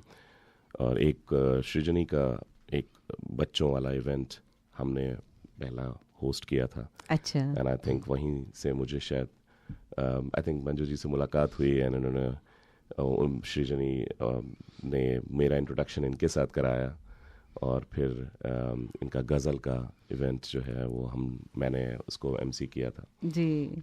आपको बता दें मंजू जी सबको नहीं चूज़ करती हैं, सबको मौका नहीं देती हैं तो आपको बहुत रेयर होना पड़ता है तो चलिए अब सुनते हैं आपकी एक कविता। एक कविता है, आहिस्ता चल जिंदगी। आहिस्ता चल जिंदगी, अभी कई कर्ज चुकाने बाकी हैं, कुछ दर्द मिटाना बाकी है, कुछ फर्ज निभाना बाकी है। वाह वाह। रफ्तार में तेरे चलने से कुछ रूठ गए, कुछ छूट गए। रातों को मनाना बाकी है, रूठों को मनाना बाकी है। आहा। रातों को हंसाना बाकी है, कुछ हसरतें अभी अधूरी हैं, कुछ काम जो बहुत जरूरी हैं। ख्वाहिशें जो घुट गई इस दिल में, उनको दफनाना बाकी है। वाह वाह। कुछ रिश्ते बनकर टूट गए, कुछ जुड़ते जुड़ते छूट गए। उन टूटे छूटे रिश्तों के जख्मों को मिटाना बाकी है। तू आगे चल, मैं आता हूं, क्या छोड़ तुझे जी पाऊंगा। इन सांसों पर हक है जिनका, उनको समझाना बाकी है। वाह वाह। तो आहिस्ता चल जिंदगी, अभी कई कर्ज चुकाना बाकी है, कुछ दर्द मिटाना बाकी है, कुछ फर्ज निभाना बाकी है। वाह वाह वाह वाह वाह वाह, क्या बात, क्या बात कही इंद्रा जी। बहुत ही बढ़िया। चलिए एक गीत की ओर चलते हैं और फिर वापस हम इस इंटरव्यू की तरफ लौटेंगे। धन्यवाद श्रोताओं, जुड़े रहिए, कहीं भी मत जाइए।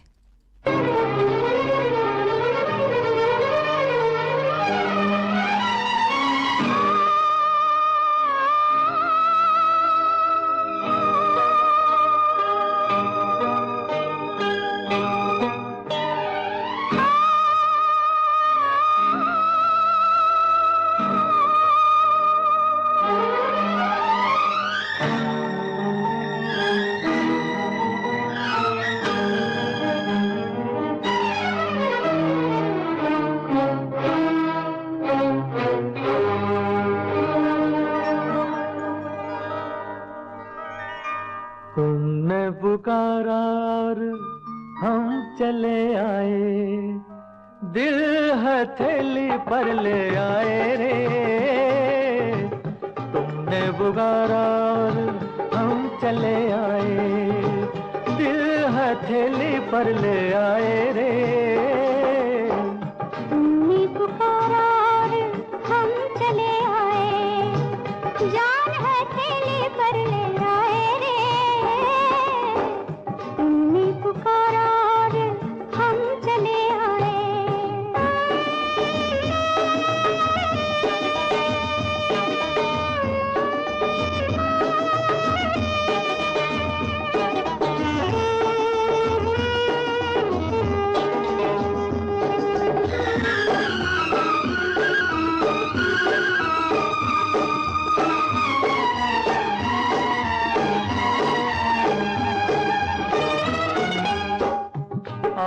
बैठो हमारे पहलू में पनाह ले लो, मेरी जलती हुई आंखों पे ये आंखें रख दो। ऐ मेरे प्यार के ख्वाबों की हंसी शहजादी, होठ क्यों कांप रहे हैं, जरा कुछ तो बोलो। तुमने पुकारा और हम चले आए, जान हथेली पर ले आए रे। तुमने पुकारा और हम चले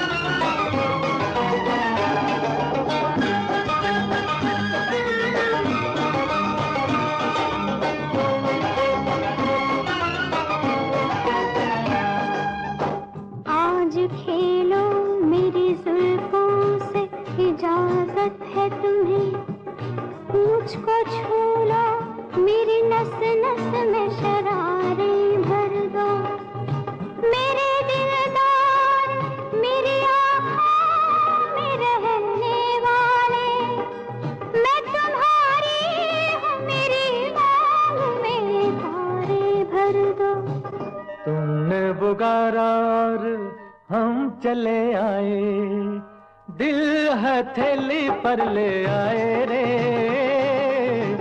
तुमने पुकारा और हम चले आए, दिल हथेली पर ले आए रे। तुमने पुकारा और हम चले आए।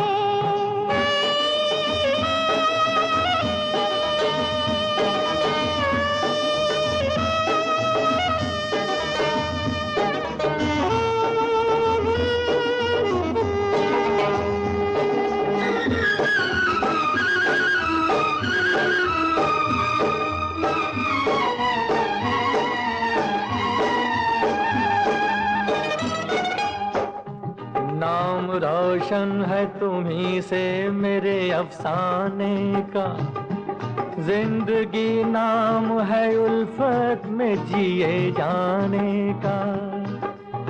तुम अगर हमको न मिलते तो ये सूरत होती, लोग ले जाते जनाजा तेरे दीवाने का। तुमने पुकारा और हम चले आए, जान हथेली पर ले आए रे। तुमने पुकारा और हम चले आए, जान हथेली पर ले आए रे। तुमने पुकारा और हम चले आए, दिल हथेली पर ले आए रे। तुमने पुकारा और हम चले आए।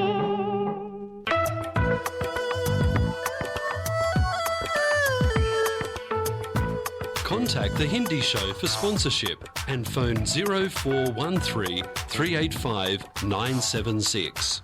दर्पण हिंदी कार्यक्रम में स्पॉन्सरशिप के लिए संपर्क करें। Phone number 0413385976।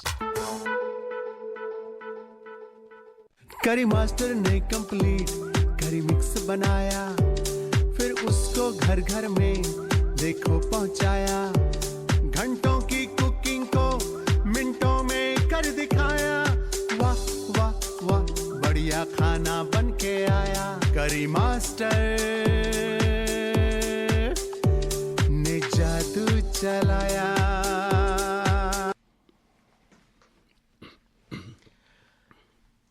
ये था हमारे स्पॉन्सर करी मास्टर्स का संदेश। और श्रोताओं, हमारा पहली अभी भी जारी है। लास्ट मिनट जिन्होंने नहीं अभी तक कमेंट भेजे हैं तो आप भेज सकते हैं, और हम 2 टिकट देंगे जो शो गाता रहे मेरा दिल। सो ये 4 जुलाई को हो रहा है, और Saturday 6 PM the Regency function centre में। तो आप अपना कमेंट भेजिए, हम 2 लोगों का नाम before end of this program हम आपको बता देंगे। जी हाँ श्रोताओं, आप अपने कमेंट्स भेजिए, बहुत अच्छा लग रहा है। और उसी रीजेंसी फंक्शन सेंटर में जो है मंजू मित्तल जी और स्क्रीन ऑस्ट्रेलिया भी जो शो कर रहे हैं रफ़ी साहब का, उस बारे में हम बातचीत कर रहे हैं। हम जुड़े हुए हैं इंद्रराज सिन्हा जी से और कैन सिंह से, जो हमें बातें बता रहे हैं इस शो के बारे में कि कैसे इस शो को ऑर्गेनाइज़ किया जा रहा है। तो इंद्रराज जी ये बताइए कि ऑस्ट्रेलिया में कैसा आपको उत्साह दिख रहा है, रफ़ी साहब का जो शो हो रहा है, लोगों को कितना एक्साइटमेंट है, इतनी उनकी फ़ैन फॉलोइंग है। मतलब अभी भी उनकी आवाज़ अगर आप सुनिए या महसूस कीजिए तो ऐसा लगता है कि वो यहीं कहीं आसपास हैं। तो आपको कैसा रिस्पांस मिल रहा है? मुझे लगता है कि रफ़ी जी का नाम लेना ही काफ़ी होता है ओहो, किसी को उस इवेंट के लिए अट्रैक्ट करने के लिए जी। बट ये इसका रिस्पांस बहुत अच्छा है। मुझे लगता है कि ज़्यादातर टिकटें तो बिक चुके हैं, कुछ सीटें अभी भी बाकी हैं, वो भी बहुत जल्दी जा रही है, 1 हफ्ता रह गया है। तो श्रोतागण जल्दी करें। तो अगर आपको टिकट लेना है तो आप इवेंट बाबा पे जाएं जी, और वहाँ से टिकट अपना सिक्योर करें, because there are only very few seats left right now. तो बाकी I think it's going to बहुत अच्छा एक धमाल होने वाला है यहाँ पर। जी जी। तो क्या क्या इस कार्यक्रम में जो है वो लोग देखेंगे? सिंगिंग तो होगी ही, रफ़ी साहब के गीत होंगे, इसके अलावा किस तरह का मनोरंजन श्रोतागण को मिलेगा? सबसे जो ख़ास चीज़ होगी कि हम लोग रफ़ी जी की ज़िंदगी के बारे में बहुत कुछ सुनने को मिलेगा। अभिजीत सरकार, जो कि हम लोग उनको एनसाइक्लोपीडिया बोलते हैं, उनको पूरा विकीपीडिया बोलते हैं। अच्छा। नॉलेज बेस उनका इतना ज़्यादा है जी। और वो बीच बीच में साथ में वो हमारे उनकी कमेंट्री रहेगी भी अच्छा बजा भी रहे हैं, पर वो उनकी कमेंट्री आएगी अच्छा और वो बताएंगे और वो मेरे ख्याल से जो है वो उसकी बहुत ख़ास हाईलाइट होगी उस शो की। जी, बहुत अच्छी बात आपने बताई। और मैं केन जी से पूछना चाहूँगी कि इतने ज़माने बाद भी रफ़ी जी क्यों इतने लोकप्रिय हैं? उनकी आवाज़ अभी भी इतनी ताज़ी, उनके गीत अभी भी जो हैं वो इतने दिल के करीब क्यों हैं? रफ़ी साहब एक ऐसे सिंगर हैं जो कोई भी एक्टर हो, लगता है शम्मी कपूर गा रहे हैं, रफ़ी गा रहे हैं, एक से लगते हैं। जी। देवानंद जी गाएंगे या रफ़ी जी गाएंगे, लगते हैं देवानंद जी गाने। अडेप्टेबिलिटी टू हर एक एक्टर के साथ गाना, उनके साथ साउंड करना, उनके जैसा साउंड करना जी, इट वाज ये उनकी खासियत है। खासियत इनके, I don't think many singers can do that. जी। हाँ जी। और कैसे प्रसन्ना राव जी इसको जस्टिफाई कर पाएंगे? इनकी जो उनकी क्या खासियत है? ये जो इमोशन है, जो लहर है, because singing is sometimes when you sing it can sound very flat. वो जो उसमें ऊपर नीचे दाव पेच होते हैं, जो फीलिंग होती है, जो इमोशन होती है, एक एक नोट में 3 वेरिएशंस। रफ़ी साहब की जो ओरिजिनल थे वो राव साहब में मैंने देखी है बस अभी तक। बहुत अच्छी बात। आप क्या कहना चाहेंगे इस विषय पे? मुझे लगता है कि मैंने भी प्रसन्न राव जी को सुना है जी। उनके क्लिप्स देखे हैं, जैसे शायद आपने भी देखे होंगे। मेरे ख्याल से उनकी क्लासिकल सिंगिंग एक अलग लेवल की है और he is a trained singer, he is a very trained singer and I think वो हम लोग को देखने को मिलेगी। अच्छा। एंड हम लोग के it's an honour that he is actually coming all the way. वो आ रहे हैं हिंदुस्तान से यहाँ पर और अपनी टीम को लेके और इतने सारे कलाकारों को लेकर, तो बहुत अच्छा शो होने वाला है। चलिए, बहुत बड़ी बात। और लोकल कलाकारों के बारे में बताइए उनसे। लोकल कलाकार, उनकी क्या खासियत है और वो क्या लेकर आ रहे हैं? हम लोग ने पहला रिहर्सल पिछले हफ्ते देखा, जिसमें कि सारे तो कलाकार नहीं पहुंच पाए क्योंकि अभी इंडिया से टीम पहुंची नहीं है यहाँ पर। बट जो तैयारियां चल रही हैं वो बहुत ही खूबसूरत है। And I think Facebook live पे एंड अदर जगहों पे आपको थोड़ा रिहर्सल्स के भी आपको थोड़ी सी चीज़ें टुकड़े देखने को मिलेंगे जी। बहुत बढ़िया guitar players. Sadiq Rahmani is a very nice guitarist and he also sings. और साथ में जो बाकी आर्टिस्ट्स हैं वो सब बहुत ही खूबसूरत तैयारी में लगे हुए हैं and I think it's going to be a big show. बहुत बड़ी बात है। तो अगर हमारे श्रोताओं को कन्विंस करना हो कि वो रुक ना पाए इस शो के लिए, रफ़ी शो के लिए, तो आप कैसे उनको कन्विंस करेंगे? हम कहेंगे कि अगर आपने प्रसन्न जी को नहीं सुना है पहले जी, तो आपको एक बहुत अच्छा मौका मिल रहा है जी कि ऑस्ट्रेलिया में आपको लाइव सुनने को मिलेगा उनको जी। और बाकी सारे कलाकार जो कि रफ़ी जी के बहुत ही खूबसूरत नगमे लेके आ रहे हैं, वो एक बहुत ही खूबसूरत मौका है आपका उसको लाइव महसूस करने का। क्योंकि देखिए आजकल इतने सारे सिंगिंग शो हो रहे हैं और बहुत लोग क्लेम करते हैं, और मोहम्मद रफ़ी के गाने तो सभी लोग ट्राई करते हैं और कहते हैं कि भाई वो एक्चुअल में उनकी तरह ही गाते हैं, बट मुझे तो बिल्कुल भी भरोसा नहीं है।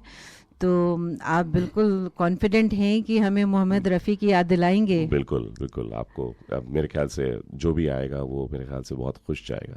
तो चलिए एक बार फिर से बता देते हैं उन्हें इस कार्यक्रम के बारे में, डिटेल्स बता दीजिए और कैसे वो टिकट ले सकते हैं। सो रफ़ी फॉरएवर जो है वो 14 जून को रीजेंसी फंक्शन सेंटर में हो रहा है जी। 6 बजे से हम लोग इसकी शुरुआत करेंगे।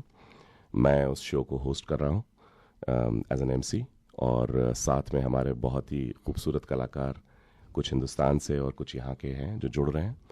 और टिकट्स जो हैं वो इवेंट बाबा पे आप सिक्योर कर सकते हैं। कुछ टिकट बचे हैं और बहुत कस के, बहुत तेज़ी से ये इसकी सेल चल रही है, एंड वी कैन सी कि बहुत ज़रा से सीट्स बची हैं। तो प्लीज़ अगर आपको जाना है तो आप प्लीज़ उसको सिक्योर करिए एक साइट पे जाके, इवेंट बाबा पे, and you can actually buy the tickets there.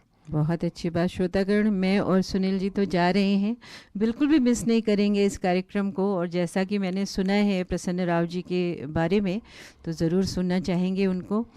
तो अगर आपसे जाते जाते ये सवाल करेंगे, पहले तो आपकी एक कविता सुनना चाहेंगे ज़रूर। एक और क्योंकि इतना अच्छा आप लिख रहे हैं कि मुझे लगता है कि एक जो है हम लोग को प्रोग्राम करना चाहिए दर्पण रेडियो पे आपकी कविताओं से जुड़ा हुआ। आप आएंगे?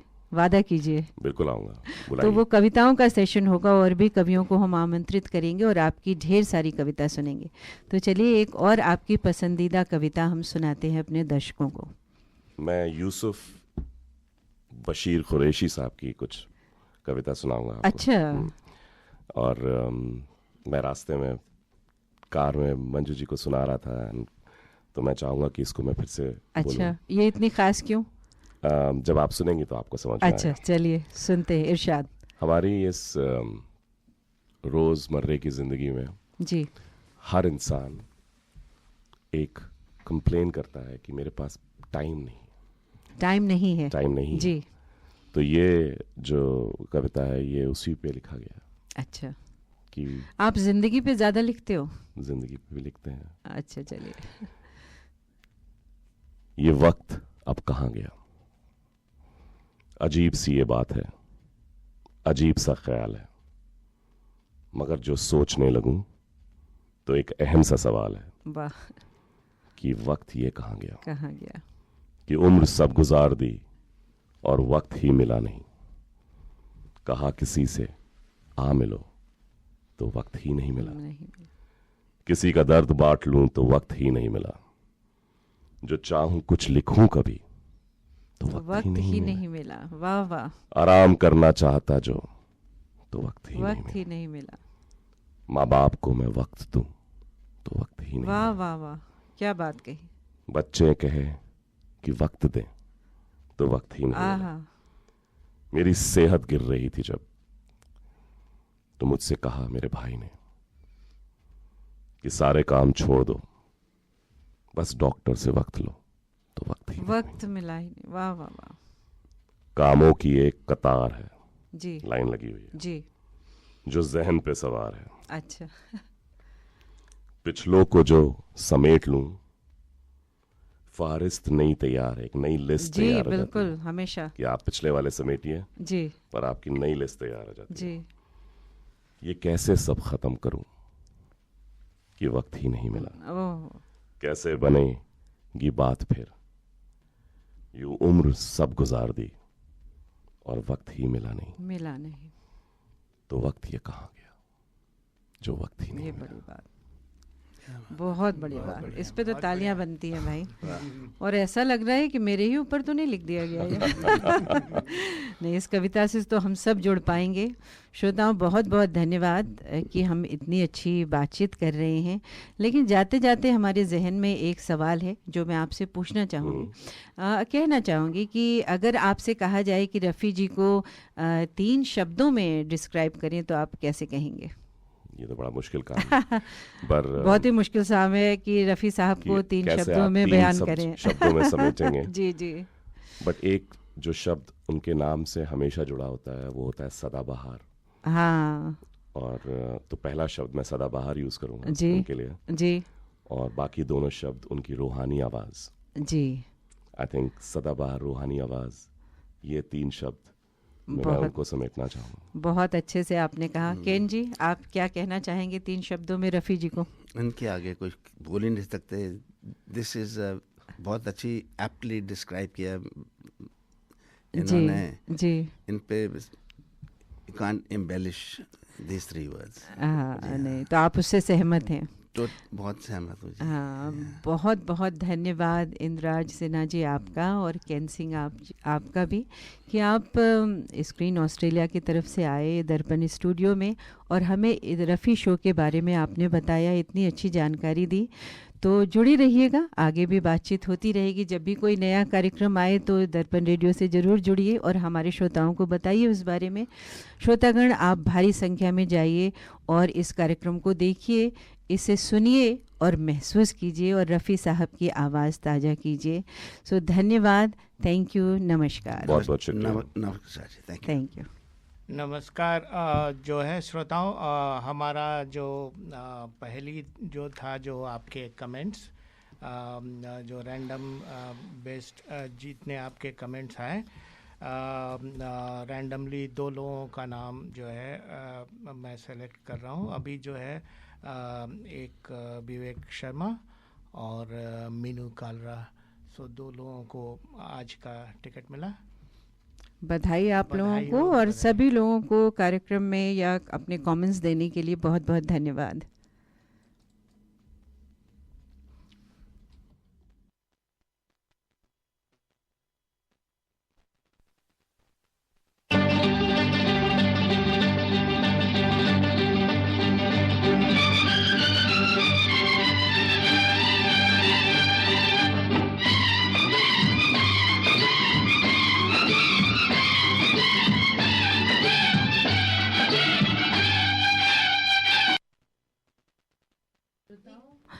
आपको जो है आज का कार्यक्रम उम्मीद करती हूँ कि पसंद आया होगा।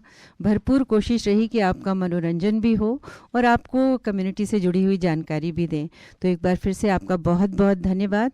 दर्पण हिंदी रेडियो से जुड़े रहिए और हमें सुनते रहिए। नमस्कार, धन्यवाद।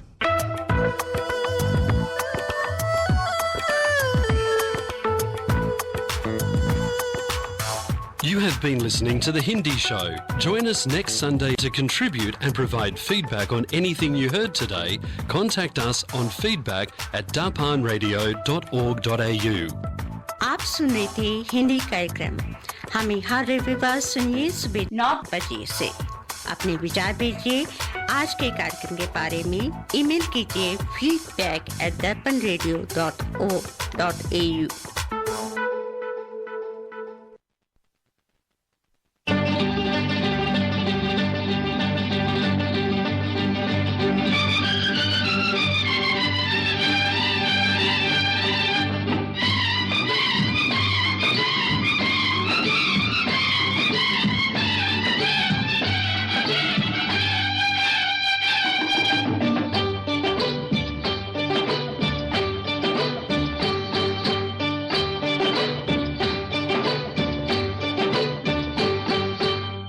तुमसे ओ हसीना कभी मोहब्बत न मैंने करनी थी, तुमसे ओ हसीना कभी मोहब्बत न मैंने करनी थी, मगर मेरे दिल ने मुझे धोखा दे दिया, मगर मेरे दिल ने मुझे धोखा दे दिया।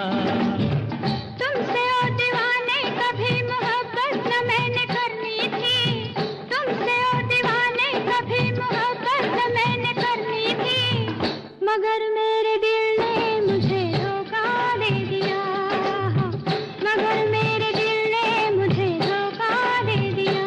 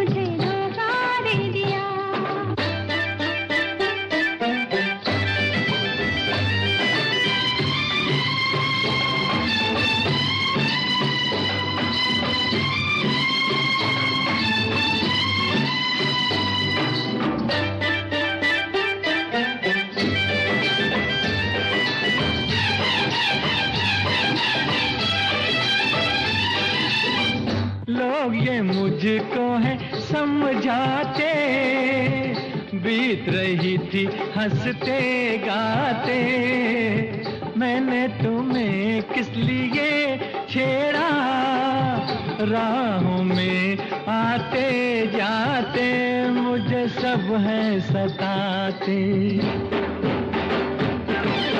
तौबा मेरी तौबा के ये शरारत न मैंने करनी थी, तौबा मेरी तौबा के ये शरारत न मैंने करनी थी, मगर मेरे दिल ने मुझे धोखा दे दिया, मगर मेरे दिल ने मुझे धोखा दे दिया।